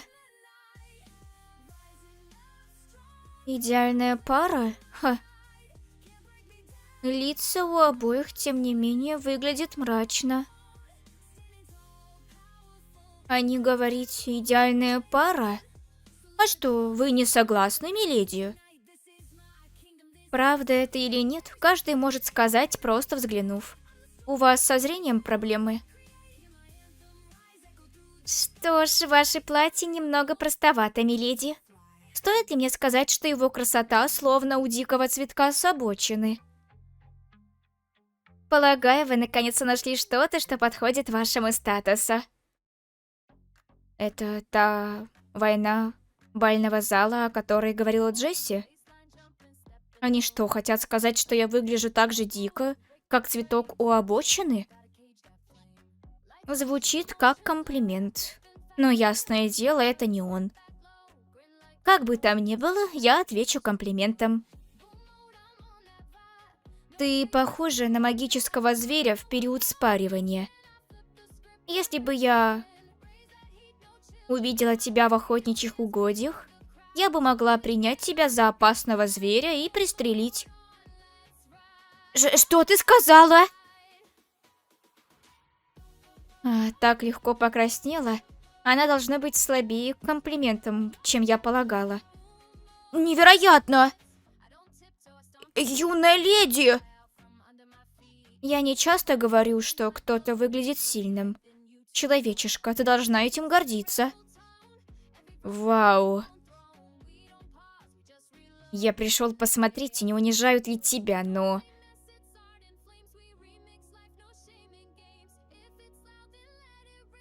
Ты победила.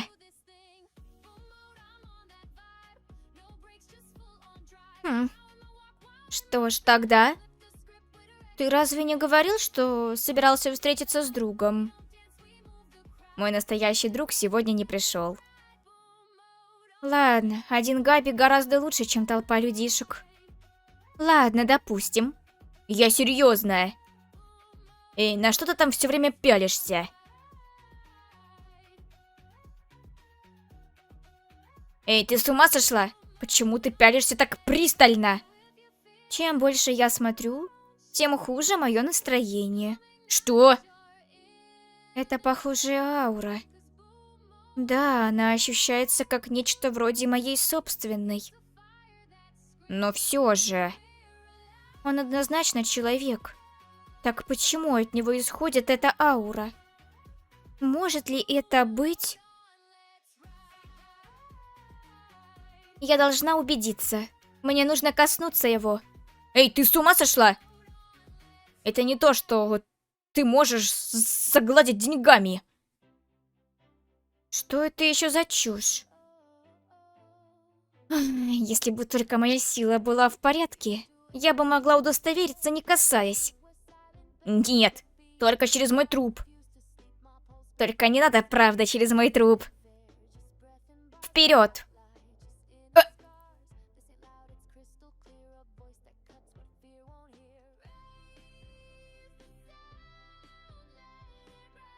Естественным путем приблизиться к кронпринцу было бы... Кронпринц, потанцуйте со мной. Как она смеет? Безобразно. Сумасшедшая из семьи герцога Данканда сегодня снова здесь.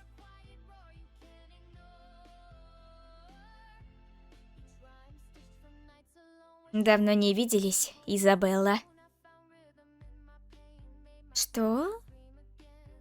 Кронпринц и Изабелла знают друг друга? Я думала, Изабелла просто безответно крутилась вокруг него. Что ж, давно не виделись.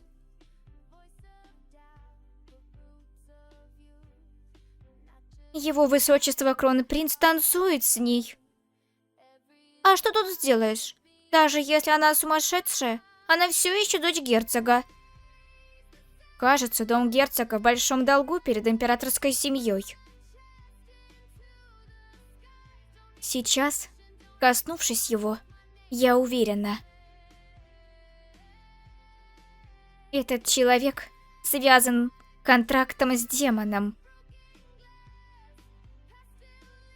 Я не знаю, какую сделку он заключил, но из него сочится столько энергии.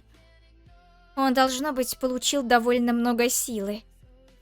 Но с каким же демоном? Моя ошибка. Он же не собирается держать на меня зло из-за такой мелочи, верно? Если тебя останавливает такая боль, то ты недостоин носить корону. Хе-хе, это совсем не больно. Думай об этом как о тяжести людей, с которыми тебе придется справляться. Ты можешь наступать на мои ноги сколько хочешь. Просто не говори такие странные вещи. В любом случае, Изабелла, ты выглядишь иначе. Ты, наконец, сделала это? Сделала что? Ты знаешь... Заключила контракт с демоном. Что? Ты только что сказал сейчас? Изабелла что? Сказала кронпринцу? Что она заключила контракт с демоном? Да, все верно. Как я и думал. Изабелла, я говорил тебе никогда не заключать контракты с демоном. Лицемер? То есть тебе можно это делать, а мне нет? Ну, да, наверное. Ты в любом случае никогда не была той, кто слушает других. Я должен был ожидать подобного. Это моя ошибка. Сейчас ты напугала даже леди Климент.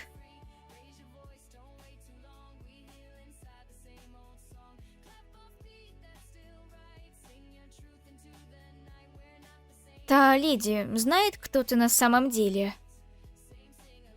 Я никогда не говорил ей, но она так дергается, когда мы соприкасаемся. Я думаю, она знает. И если она боится тебя, почему принимает тебя как своего партнера? Потому что это не ее выбор.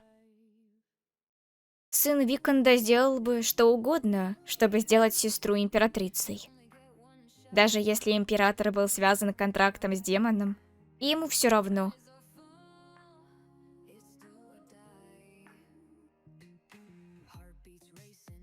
Так получается, что сын Виконта тоже знает твой секрет. В худшем случае он может догадываться, что ты получил силу нечестным путем. Обычному человеку в голову не придет, что его противник заключил сделку с демоном. Леди Климент, возможно, думает, это Изабелла. Изабелла? Ты злишься, что я сказала леди Климент? Как я могу злиться на Изабеллу? Это моя вина, что я не предусмотрел это. Но я думаю, что могу злиться на тебя. Кто ты? И почему ты носишь личину Изабеллы?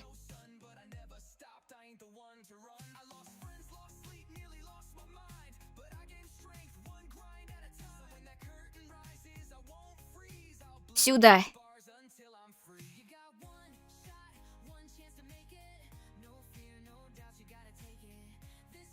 Что за суматоха?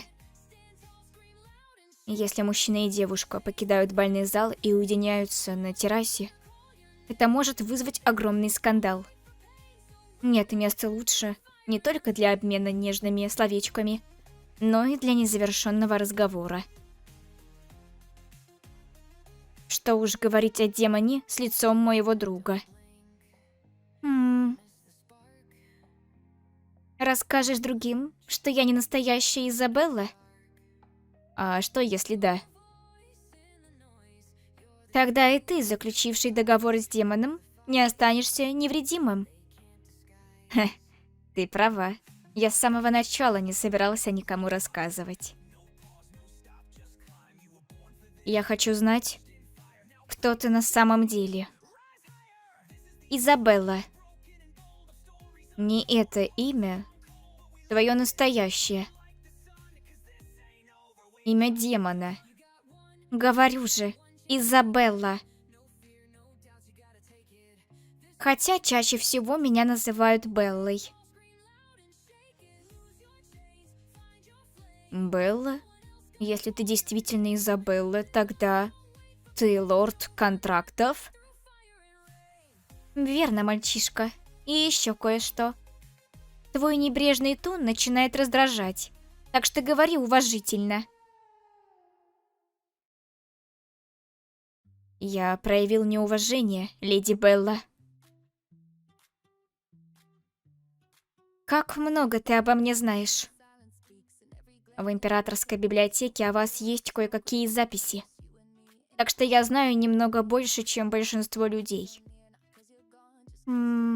И какие у тебя с Изабеллой отношения? Мы с Изабеллой с давних пор были друзьями, которые понимали друг друга.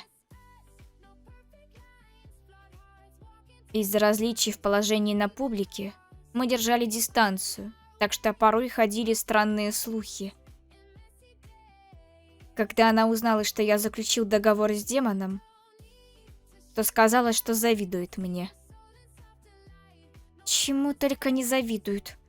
В конце концов, в сделке с демоном всегда проигрывает человек. Каждый, кто заключил такой договор, в итоге плохо заканчивает. Ты тоже не сможешь найти покой, как другие, ведь обречен на вечные муки. Если бы я боялся смерти, то никогда бы не заключил договор с демоном. Иногда смерть более милосердна, чем жизнь. Я надеялся, что Изабелла никогда не совершит подобного. Но она заключила контракт с вами, леди Белла. Кстати говоря, не я заключила контракт с Изабеллой. Что?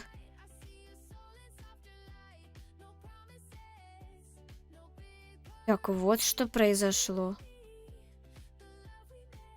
И есть ли шанс, что Изабелла может вернуться? Это полностью зависит от того, какой контракт она заключила.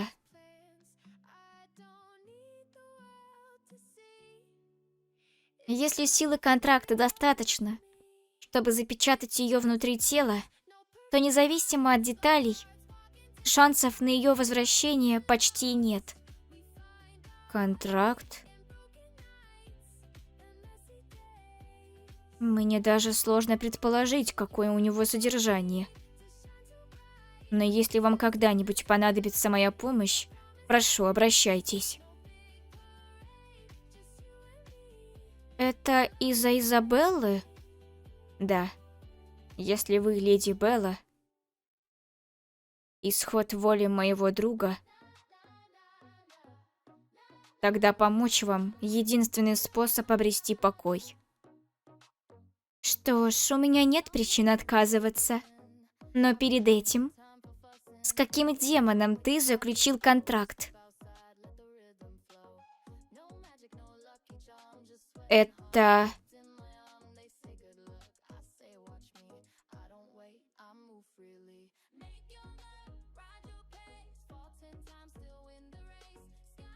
Госпожа, мне закрыть окно? На улице холодно. Не нужно. Я сама закрою. Возвращайся к работе. Да. Демон, с которым я заключил контракт, Дантелион. Лорд подчинения. Не думала, что я услышу его имя. Что замышляет Дантелион в Среднем Царстве, раз заключил контракт с кронпринцем Империи? Он ведь ненавидит людей.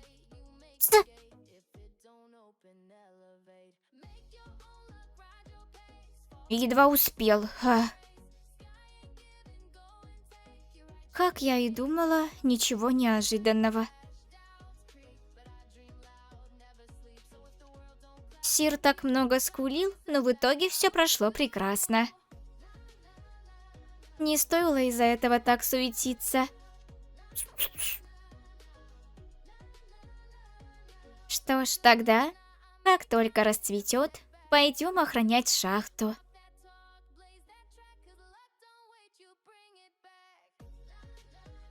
Вот только...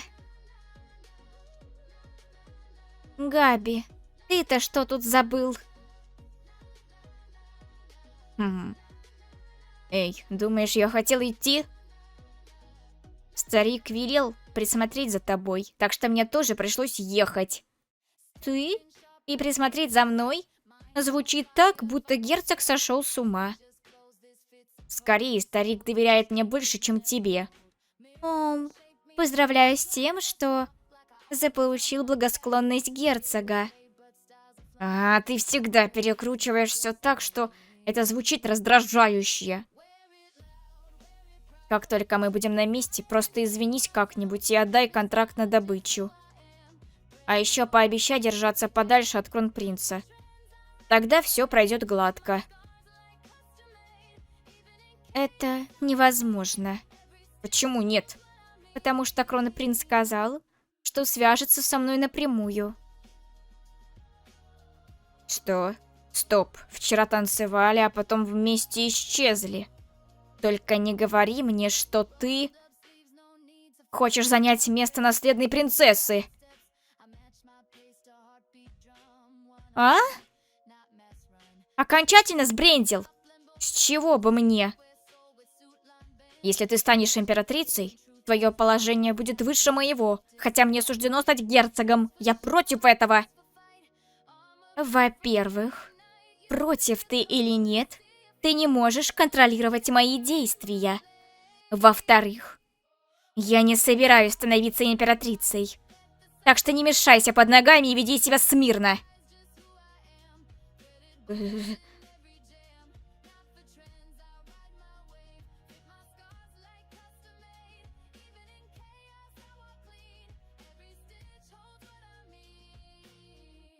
В демоническом царстве нет ничего такого же нежного и сладкого. У жителей Среднего Царства больше наслаждения, чем они заслуживают. Кто знает, когда я вернусь. Лучше наесться вдоволь, пока я здесь. Почему ты ешь так, будто голодала несколько дней? Где он там? Сам позвал нас и заставляет ждать. Его сердце сплошь заполнило кромешная тьма. Прошу прощения, что заставил вас ждать. Он ведь ничего не услышал, да? Добро пожаловать в особняк маркиза Клименте.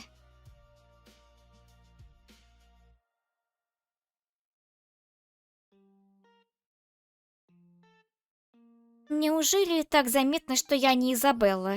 С самого начала не скрывались, леди Белла. Ну, семья, кажется, ничего не заметила. Надо же. Не думал, что юный герцог тоже придет. Что ж, полагаю, герцог очень волновался отпускать леди в одиночку.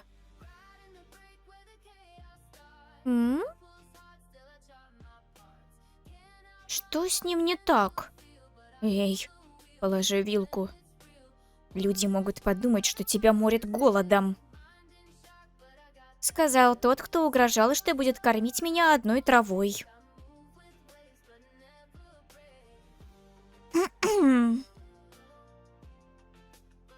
Как поживает Надя? Не ожидал, что вы спросите меня о таком. Вчера, когда я видела ее, казалось, что она в порядке. И едва ли. Она только пришла в себя после того, как побывала на пороге смерти.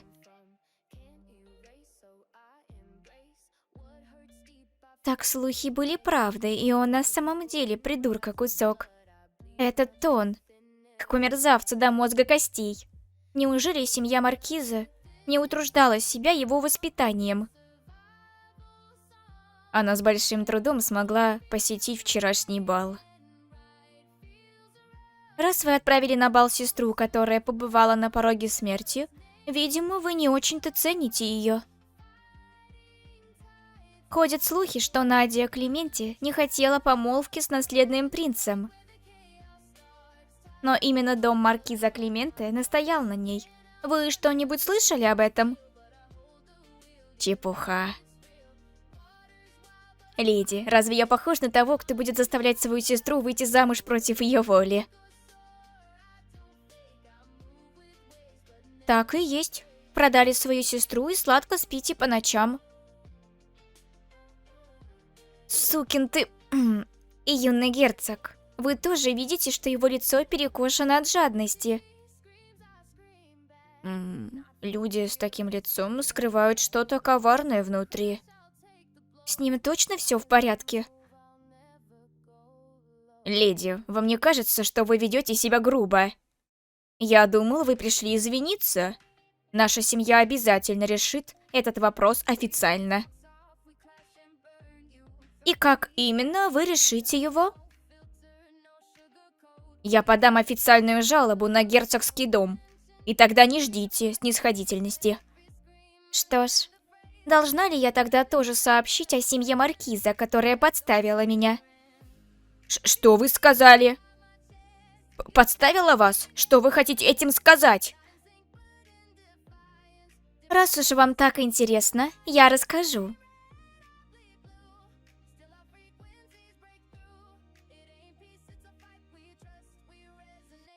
Ваша сестра была невероятно небрежной. Оставила столько следов, когда лично покупала яд.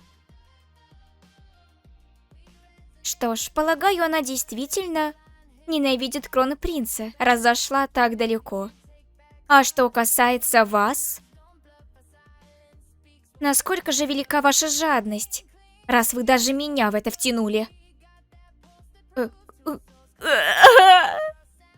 Как вы... Просто выпустила на волю парочку крыс.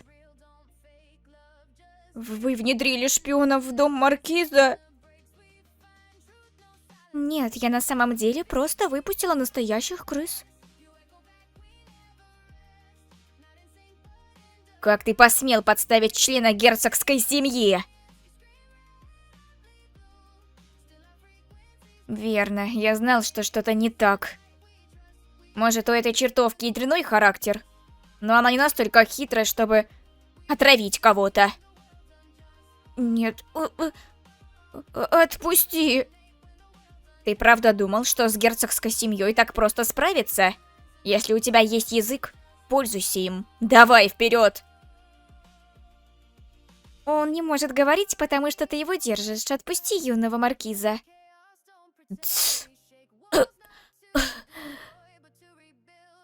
Семья маркиза попыталась подставить герцогскую семью. Интересно, если герцог Данкант узнает, как он разберется с этим?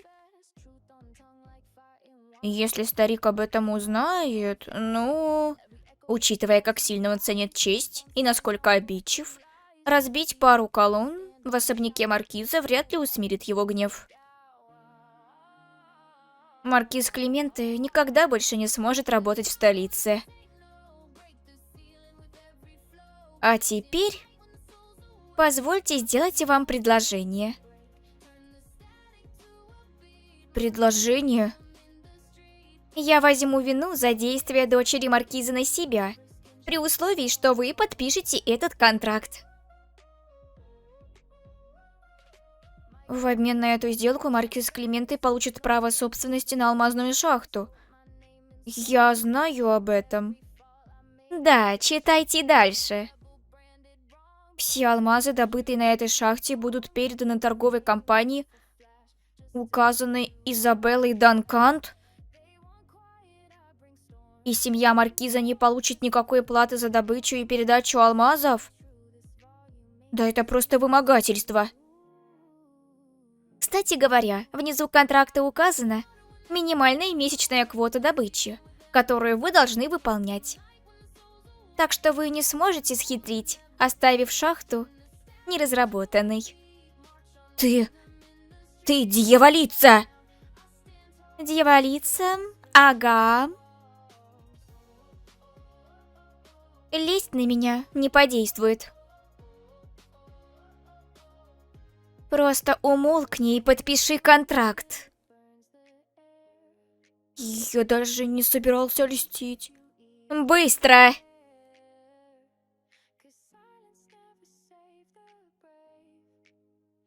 Ты действительно довольна этим? А как же твоя репутация?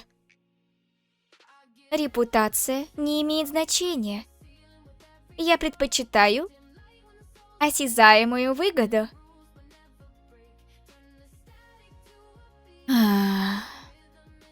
Что будешь делать, если старик узнает, что ты наплевала на свою репутацию ради денег? И как же он об этом узнает? До тех пор, пока ты держишь рот на замке, это ни за что не произойдет. Что ты только что сказала? Повторим.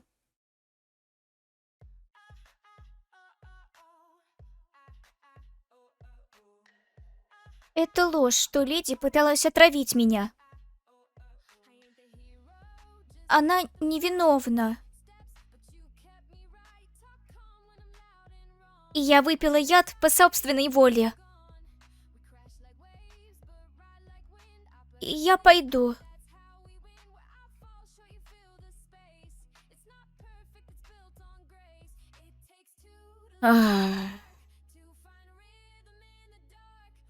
Она сказала, что это не Изабелла отравила леди Клементе. Это просто был глупый поступок юной леди, которая хотела избежать помолвки с кронпринцем. Почему? Почему она не сказала правду и позволила всему дойти до такого? Нет, уверен, тогда... Она пыталась сказать, что это не она. Но тогда я... Несмотря на то, что заметила ее разочарование, я проигнорировал это, как и всегда. Но почему Изабелла в итоге призналась в том, чего не совершала? Я никогда не злился на Изабеллу. Жена — это жена, а дочь — это дочь. У меня оставался здравый смысл, чтобы понимать это. Но после смерти жены я был слишком занят, разгребывая последствия, чтобы уделять внимание ребенку. Под предлогом необходимости защищать территорию и народ, я всегда находил возможность отвернуться от этого ребенка и семьи. Дочь, которая мне не нравилась, постоянно создавала проблемы и порочила честь герцогского дома. Я сосредоточился лишь на том, чтобы убирать за ней бардак. В любом случае, Изабелла всегда была виновна. Она устраивала неприятности каждый раз, когда я практически забывал о ней. У меня совершенно не было интереса искать правду. Даже в последний раз...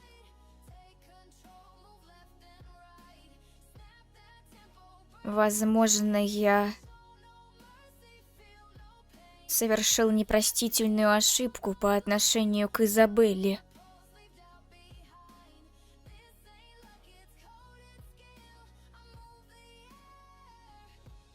Леди, мне жаль.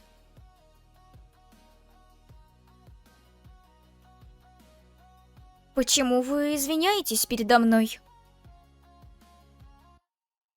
Из-за меня вы попали в неприятности, леди. Я чувствую, что должна была извиниться. Прямой взгляд. Люди с такими глазами никогда не лгут. Вот как. Что ж, благодаря ей у меня появилась алмазная шахта. Все в порядке, я прощаю. Только что я рассказала герцогу всю правду. Я никогда тебя не прощу! Леди, вы в порядке? Выглядите не очень хорошо. Все вообще не в порядке. Зачем вы это сделали? Не нужно было рассказывать герцогу правду. Я не могла стоять в стороне и смотреть, как моя ошибка вредила вашей репутации. Не хочу лгать. Уверена, вы не лжете. Люди с такими чистыми глазами, как у вас, слишком наивны. Ну, что сделано, то сделано. Я выслушала ваши извинения, так что вы можете идти. Но я ни за что тебя не прощу. Я планирую уйти в монастырь, так что, вероятно, сегодня наша последняя встреча с вами, леди. Я пришла, чтобы попрощаться. В монастырь? Да, я хочу провести остаток жизни в молитвах Богу. Бессмысленно. Бог никогда вас не услышит. Бог небес скрылся, когда верховный демон был запечатан.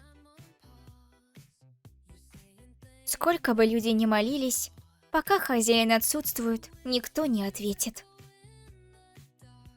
Леди, вы не верите в Бога? Дело не в этом. Ладно, неважно. Зная характер вашего брата, он не отпустит вас в монастырь так легко. Мне казалось, что там я буду в безопасности. Ведь он находится вне влияния семьи Маркиза. Честно говоря, я думала, что если выпью яд, то брат пожалеет. Но это было бесполезно. Я поняла, что моему брату на меня наплевать.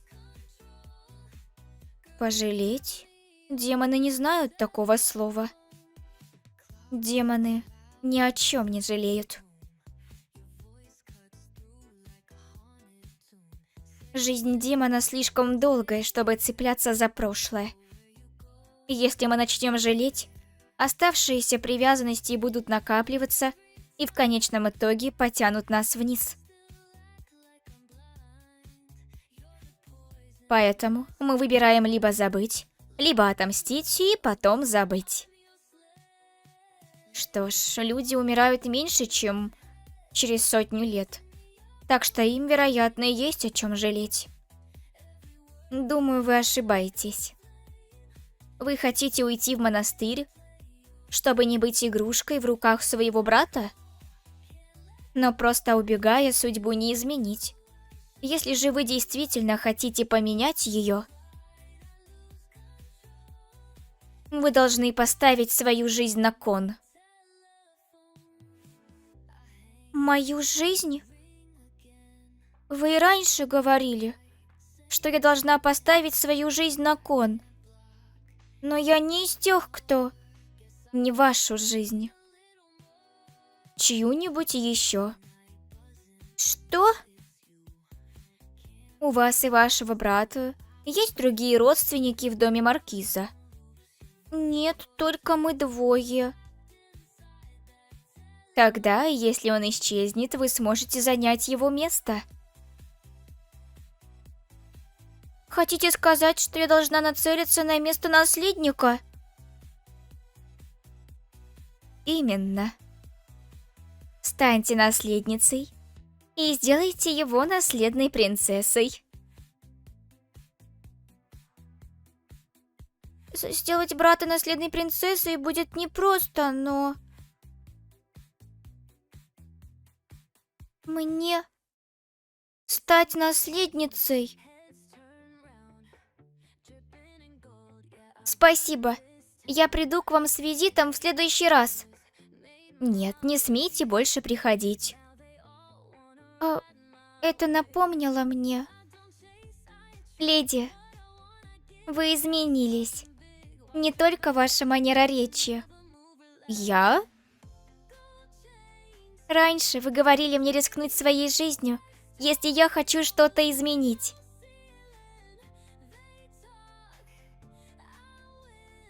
Тогда я беспокоилась, что вы сделаете что-то экстремальное. Но сейчас вы сказали мне рискнуть чужой жизнью.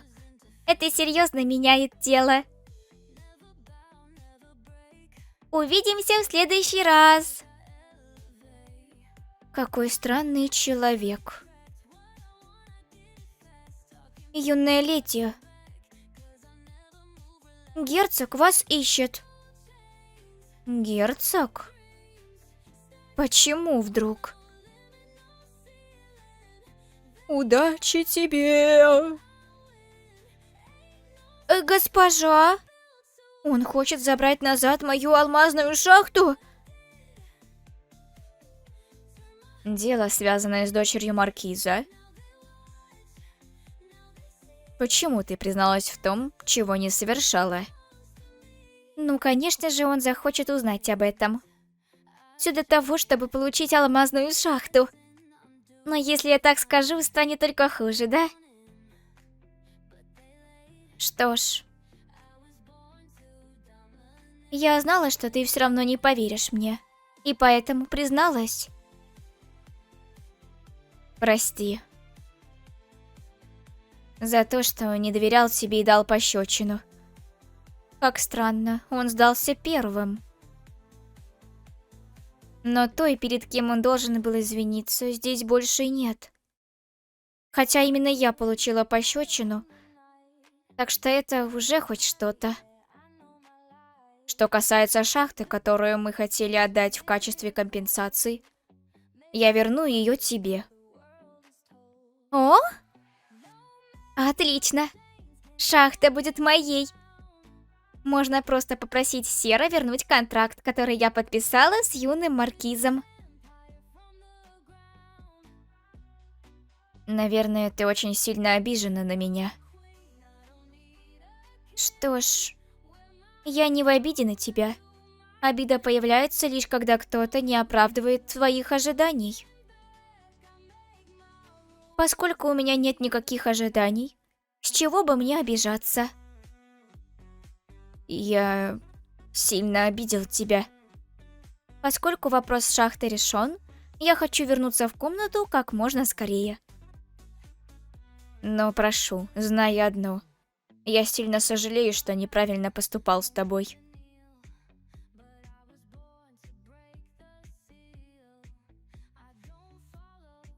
Магическая печать, выгравированная на моем сердце, реагирует.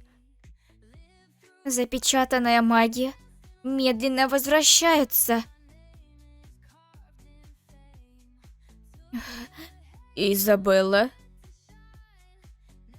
Теперь я поняла, почему дочь маркиза так поступила. Изабелла тоже хотела, чтобы ее семья пожалела о содеянном. Изабелла, что с тобой? Черт! Слишком много магии вернулось за раз. Изабелла!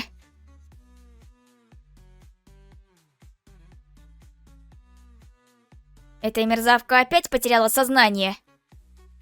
В чем дело? Что произошло? Я проверила ее, но... У юной леди нет никаких патологий. Шарлатан! Она откашляла кровью и отключилась. И ты еще смеешь говорить, что с ней все в порядке? Нет, для начала успокойтесь. Что я должен сделать, если с ней на самом деле все в порядке? Она даже набрала вес и стала здоровее, чем раньше. Она определенно не в порядке. Дважды кашлять кровью. Проверь еще раз. Не дважды, а трижды. Что? Когда это произошло? Несколько дней назад, во время разговора, она внезапно закашляла кровью. Почему ты ничего не сказал? Я тоже волновался. Да она после этого как будто еще лучше себя почувствовала. Вот я и подумал, что она здорова. Что будешь делать? Нельзя, чтобы она и дальше кашляла кровью. Ты должен найти причину. Что ж, как насчет того, чтобы обратиться за помощью в храм? В храм? Если медицина бессильна, вы можете попробовать использовать святую силу. Хорошо, я немедленно пойду и притащу сильного жреца. Габриэль, постой. Чтобы запросить жреца из храма, нужно соблюсти определенные процедуры. Нет, она же сейчас помрет. Какие к черту процедуры? Хочешь смотреть, как она помирает? Но ведь на самом деле юная леди в прекрасном состоянии. Хотя нужно найти причину кашля кровью. Солнце уже село, так что завтра я отправлюсь в императорский дворец и попрошу прислать жреца. Поскольку это просьба императора, храм быстро выполнит ее. Раздражающе рационально. Ты же понимаешь, что это все из-за старика. Ему было настолько наплевать, что он даже не заметил, что Изабелла больна. Габриэль, хватит. Черт, страдать должен старикан, а не Изабелла. В любом случае, спаси ее. Иначе... Прежде чем старик сам уйдет, я покажу увлекательное шоу по захвату герцогской власти.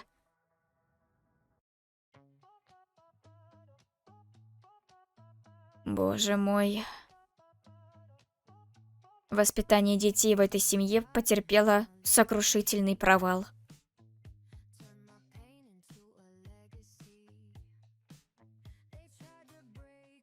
На северном краю мира демонов раскинулась огромная пропасть. Она заполнена пылающей красной лавой. Когда демонам становится скучно, они сбрасывают людские души в эту пропасть. Души не страдают там вечно. Конечно, не каждую душу могут сбросить в пропасть. Сначала архангел Габриэль, обладающий силой судить, должен отметить души порочных людей. И после этого они становятся легкой мишенью для демонов. Демоны играют с этими душами и в итоге бросают их в пропасть. Кстати говоря, почему я здесь? В этом месте всегда было шумно из-за криков, поэтому я держалась от него подальше. Думаю, мне лучше вернуться. Ав!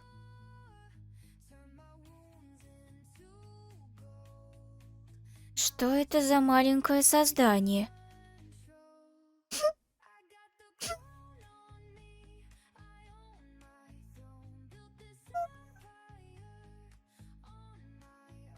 Беспокоишься об этих душах? Они того не стоят. Эта лава расплавляет грехи, выгравированные на них, причиняя им ужасную боль. Другими словами, они грешники. Аф! Говоришь, нет людей, которые не грешат? Это правда. Но эти души совсем другие, поскольку Габриэль отметил их. Стоп. Если присмотреться, в пропасти слишком много душ.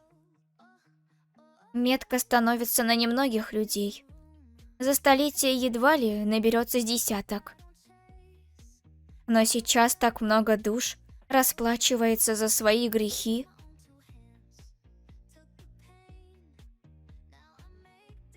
Габриэль очень милосерден к людям, исполняя желания небесных богов. Неужели число грешников в царстве смертных так резко увеличилось? Или чувства Габриэля сильно изменились? Гав! Беспокоишься, несмотря на то, что они грешники? Это потому, что ты такой же человек? Не надо так удивляться. Думала, я не узнаю, что ты человек? Без контракта с демоном человеческая душа не может остаться нетронутой в царстве демонов. С кем ты заключил контракт? И? Кто ты? Как тебя зовут? Изабелла? Надо же, какое совпадение. Ведь я тоже Изабелла. Но все зовут меня Беллой. Почему ты начал трястись еще сильнее? Не надо бояться. Я не причиню контрактору другого демона вред, только потому, что у нас одинаковое имя. Пока ты не причинишь мне вреда... Стоп, вред? Откуда вдруг это чувство дежавю? Как будто... Раньше я уже пострадала из-за контракта другого демона. Нет. Погодите-ка. Я точно...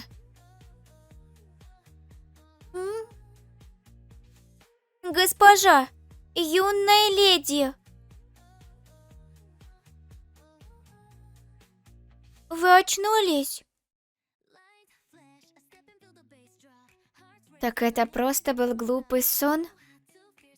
Что? Госпожа, вы целый день были без сознания. Лекарь сказал, что с вашим телом все в порядке, но вы все никак не приходили в себя. И молодой господин сошел с ума, то есть сильно волновался. Вы бы видели выражение его лица. Интересно, понравилось бы это Изабелле? Моя магическая сила восстановилась еще немного. Сейчас это примерно 1/10 от моей изначальной магической силы. Так что... Если я смогу восстановить хотя бы половину, то смогу уйти в царство демонов. Та человеческая душа, которую я встретила во сне... Она сказала, что ее имя Изабелла? Как я и думала, это... Жреца придется очень долго ждать, поэтому мы решили сами сопроводить вас в храм, леди. Храм? Да, обычно такое не разрешается, но герцог потянул за ниточки. Хотите, чтобы я, демон, вошла в храм? И не ради богохульства, а ради лечения? Бред полнейший, отказываюсь. Сказала я тогда. И как в итоге все к этому пришло?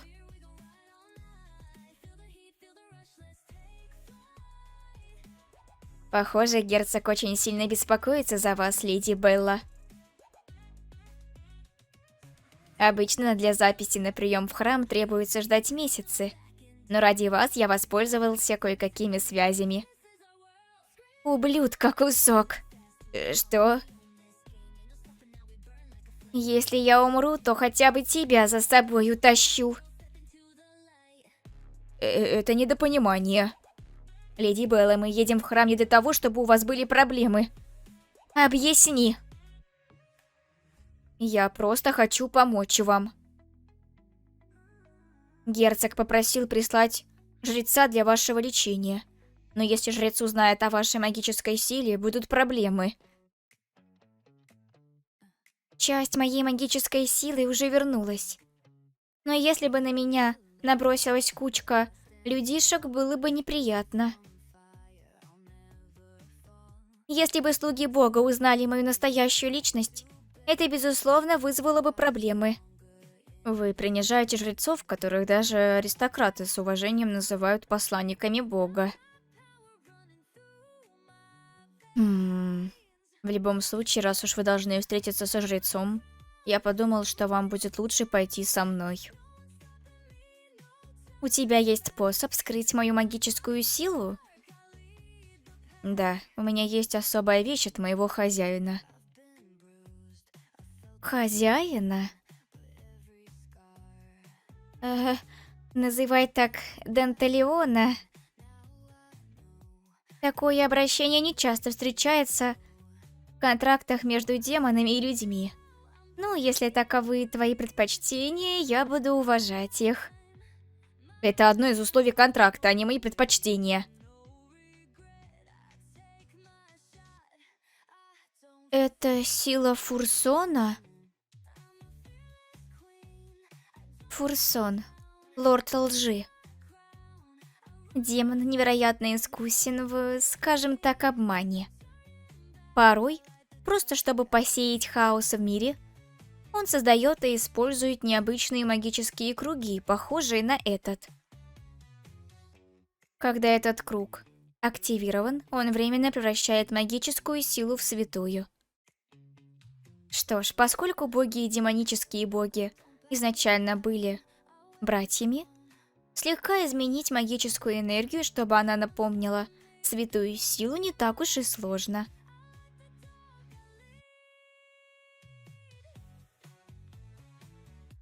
Понятно. Значит, поэтому тебе все это время удавалось избежать разоблачения. Но даже так, лорд, подчинения которого я знаю, не из тех, кто будет так заботиться о своем контракторе. Чего же он хочет добиться, используя наследного принца и защищая его? С точки зрения кронпринца, сила Данталиона, лорда подчинения, позволяющая ему подчинять и контролировать других, очень полезна. Как бы не было неприятно это признавать, но сила Данталиона, лорда подчинения, весьма велика. Она работает на людях, ангелах и даже других лордах. Когда-то давно Данталион попытался использовать свою силу на мне. Если бы тогда Лилит не остановила его, я бы определенно... Эй! Позволь предупредить, если в моем присутствии ты осмелишься использовать силу подчинения, я убью тебя.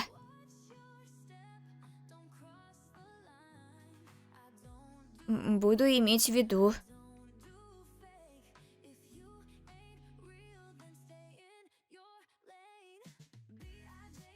Леди, прошу, дайте мне вашу руку. Подумай только, мне пришлось столкнуться со слугой бога так близко. Что ж, у меня есть талисман, так что ничего не случится.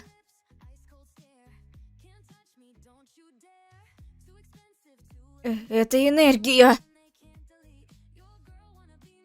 Ничего не случится, правда же? А? Неужели? Нет, я пока не могу быть точно уверен. И все же... Хватит уже шуметь и говори прямо. В чем дело? С Леди что-то не так? Нет, ничего подобного. Леди не больна. Похоже, в ней пробудилась святая сила, полученная после рождения. Эта сила, проникая в тело, переполняла ее, и поэтому она кашляла кровью.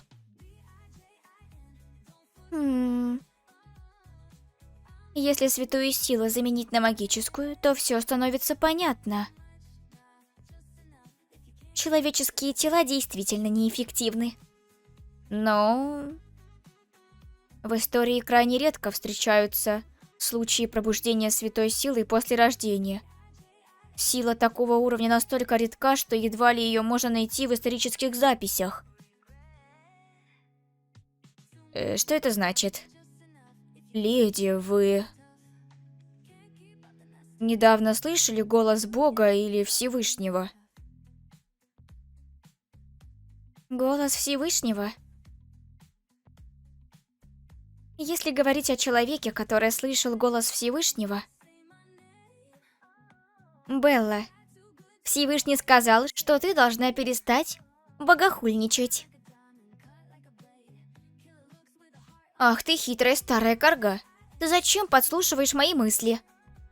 Старая карга?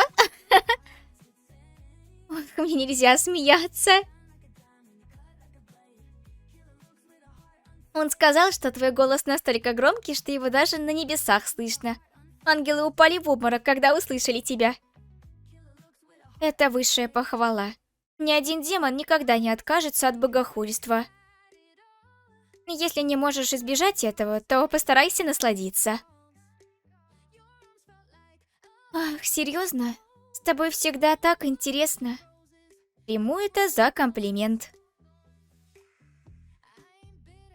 Госпожа, вы слушаете? Да, слушаю. В чем дело? На самом деле я знаю подобный случай. 500 лет назад леди Дафна, которая была обычной аристократкой, внезапно пробудила святую силу, получив откровение от Всевышнего. Разве это не похоже на вашу ситуацию, леди? Ага. Не смешите. Я не святая. Погодите-ка, если я буду выдавать себя за святую перед людьми, разве это не станет величайшим богохульством в моей жизни? Белла, нет, госпожа. Что за тягостное молчание? Вы правы. На самом деле, я святая.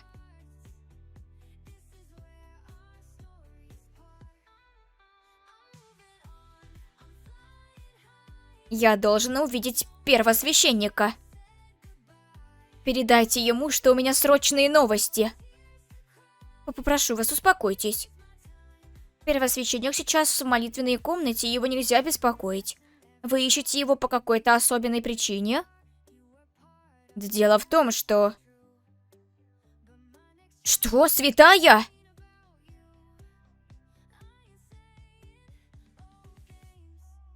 Леди Белла, что вообще происходит? Как ты уже слышал, с этого момента я святая Империи. Почему она выглядит такой гордой? Что за бред? Я до сих пор не понимаю, почему жрец посчитал вашу силу такой мощной, леди Белла. Когда мы проверяли ее на балу, она была минимальной. Леди Белла, неужели ваша сила? Многое произошло. Восстанавливая силы, я кашляла кровью, и в итоге герцог забеспокоился. Если бы я знал об этом, то придумал бы другой способ. Нельзя было приводить вас в храм. Тогда почему ты не проверил все досконально? Сам виноват. Да, думаю, я и правда виноват. Но даже если вас неправильно поняли... Почему вы согласились стать святой, леди Белла? Значит, кронпринцу можно называть демона хозяином, а я святой называться не могу? Когда вы так говорите... Не подвергай под сомнение мои решения. Богохульство такого масштаба. Как же приятно! Как только вернусь, это станет историей, которые будут рассказывать веками. Что ж, сегодня я больше ничего не буду делать в храме, так что можешь расслабиться. Это еще что такое? Странно. Она чем-то похожа на меня в демонической форме. А, это статуя Архангела Изабеллы. Архангела Изабеллы? Что это значит? Так вы не знаете?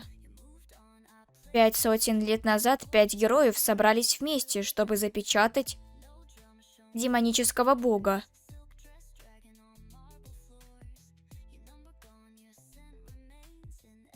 В авангарде был Захари Мартинет, позже ставший первым императором нашей империи. Причина, по которой он смог командовать легендарными героями,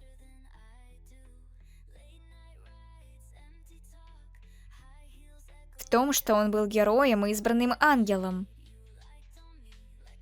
Это своего рода миф об основании. Если бы стало известно, что мой предок заключил контракт с демоном, война против демонического бога не была бы полностью отражена в истории человечества. Ваша настоящая личность демона, леди Белла, передается от императора его наследникам. Значит, Захари сделал из меня ангела только для этого? Захари? 500 лет назад я помогла своему контрактору запечатать демонического бога. И это повлекло к куда большим жертвам, чем я могла себе представить. В тот день, когда я поняла, что заключила контракт с человеком, Демонический бог призвал меня и заставил встать на колени. Глупое дитя. Я же говорил тебе не привязываться к людям. Но все же ты сделала это и разочаровала меня. Я не могу просто взять и разорвать только что заключенный контракт. Какая нелепость. В контракте сказано: помоги человеческому герою запечатать демонического бога. Ты, как лорд контрактов, конечно же, можешь найти лазейки. Он прав. Помочь звучит настолько расплывчато, насколько только возможно. А лазейки всегда на стороне того, кто хитрее. Если бы я убрала камень с дороги героя, это тоже засчиталось бы как помощь. Я никогда не собиралась помогать по-настоящему. Я просто возжелала эту душу. Хотела понаблюдать за падением человеческого героя и насмехаться над ним, когда это случится. Так должно было быть. И вот ты здесь, идешь по стопам своего предшественника. Хотя я так нежно лелеял тебя. Очень хорошо. Я стану свидетелем твоего падения. Иди, доведи дело до конца. Из-за своего выбора ты впадешь в бесконечное отчаяние. Ты пожалеешь об этом, несомненно. Конец уже известен. Моей последней милостью будет наблюдение за тем, как ты встретишь его. Я никогда не пожалею о своем выборе. Никогда. Но после этого... Леди Белла? Леди Белла, вы в порядке? Нет. Совершенно нет.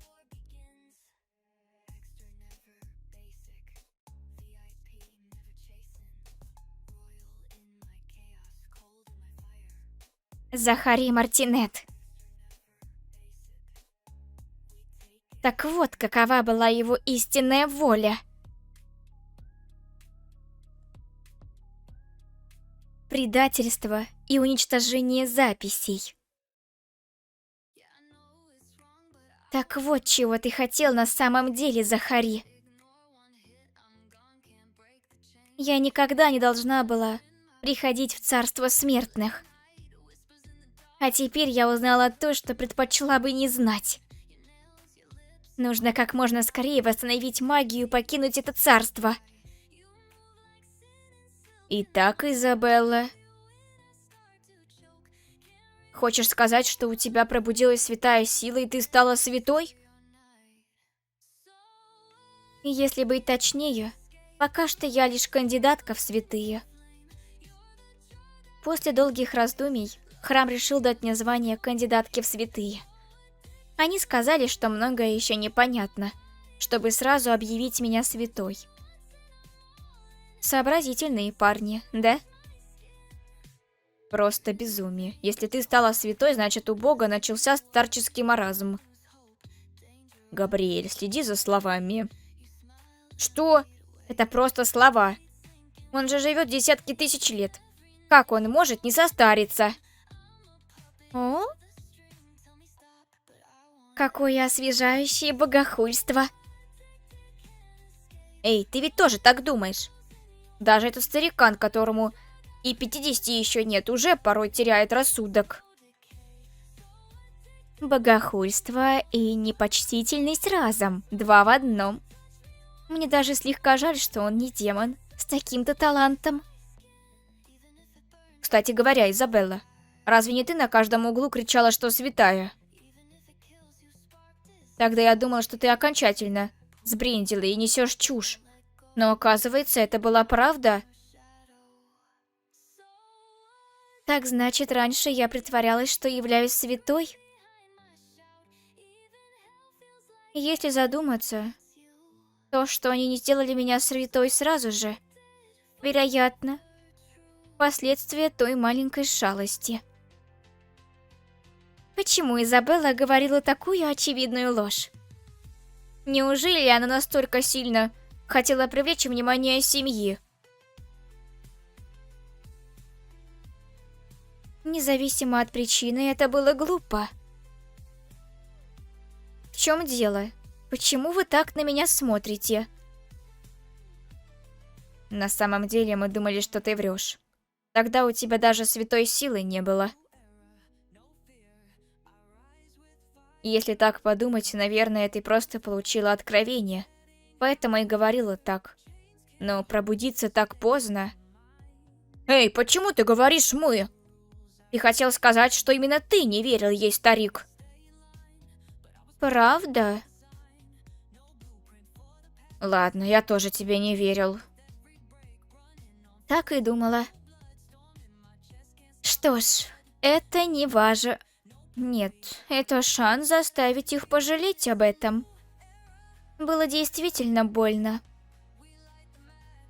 Даже если весь мир бросает в меня камни, моя семья должна быть на моей стороне и принимать удары вместе со мной. Но вы тоже мне не верили. Количество вернувшейся магии увеличилось. Так это сработало. Понятно. Так вот как это работает. Габи, если ты не будешь есть, отдай мне. Все-таки мы семья. Можешь хоть все съесть. Хочу уволиться. Настроение унылое.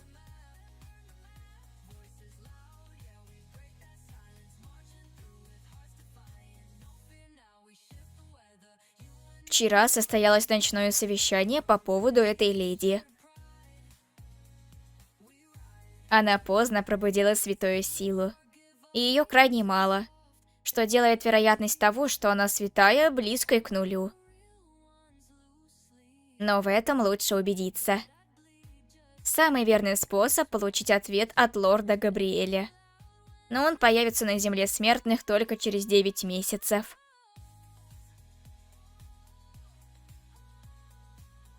Ангелы могут появиться перед людьми лишь раз в год. На новогодней церемонии молитвы. До этого времени мне нужно восстановить магическую силу и вернуться в демоническое царство. Не стоило мне связываться с храмом.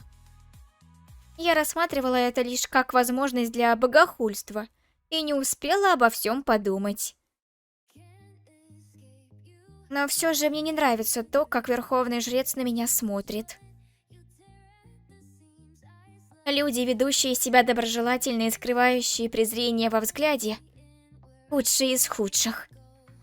Но поскольку мы не можем заставлять леди ждать 9 месяцев, возможно, леди сама сможет доказать это. Доказать? Как высокомерно. Если я действительно святая, не вы ли должны доказывать, что готовы служить под моим началом? Нужно убедиться, подходите ли вы для того, чтобы подчиняться мне. Святые небеса. О боже. Леди. Кажется, вы не понимаете, что на самом деле означает быть святой. Смех, да и только. Никто здесь не знает о святой больше, чем я. Святая, которую я знала. Как я стала святой? О, ничего особого. Я просто использовала святую силу и устроила сцену в храме. Так что они дали мне титул. Прошлая святая леди Дафна была поистине милосердной женщиной. Она никогда не злоупотребляла своими способностями. Благословение небес приходит в 2 формах. Отличное вино и красавчики. Именно это держит меня в живых. Она была набожна, соответствуя своему статусу святой. К тому же... Ладно, неважно. Какое доказательство вам от меня надо? Не могу больше слушать. Просто дам им то, что они хотят.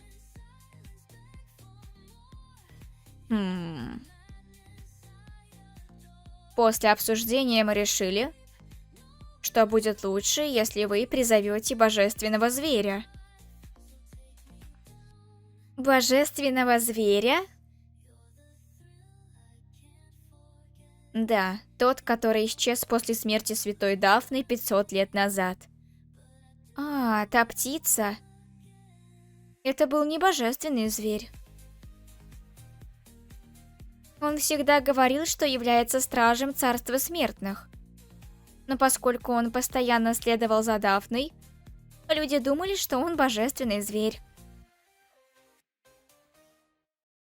Люди действительно ничего не знают. Похоже, вы ничего не знаете о божественном звере, леди. Его послал Всевышний, чтобы защищать человечество от демонов. Он похож на волка, но намного крупнее. И согласно записям, его мех должен сиять ярким серебром. Совсем не похожим на мех обычного животного.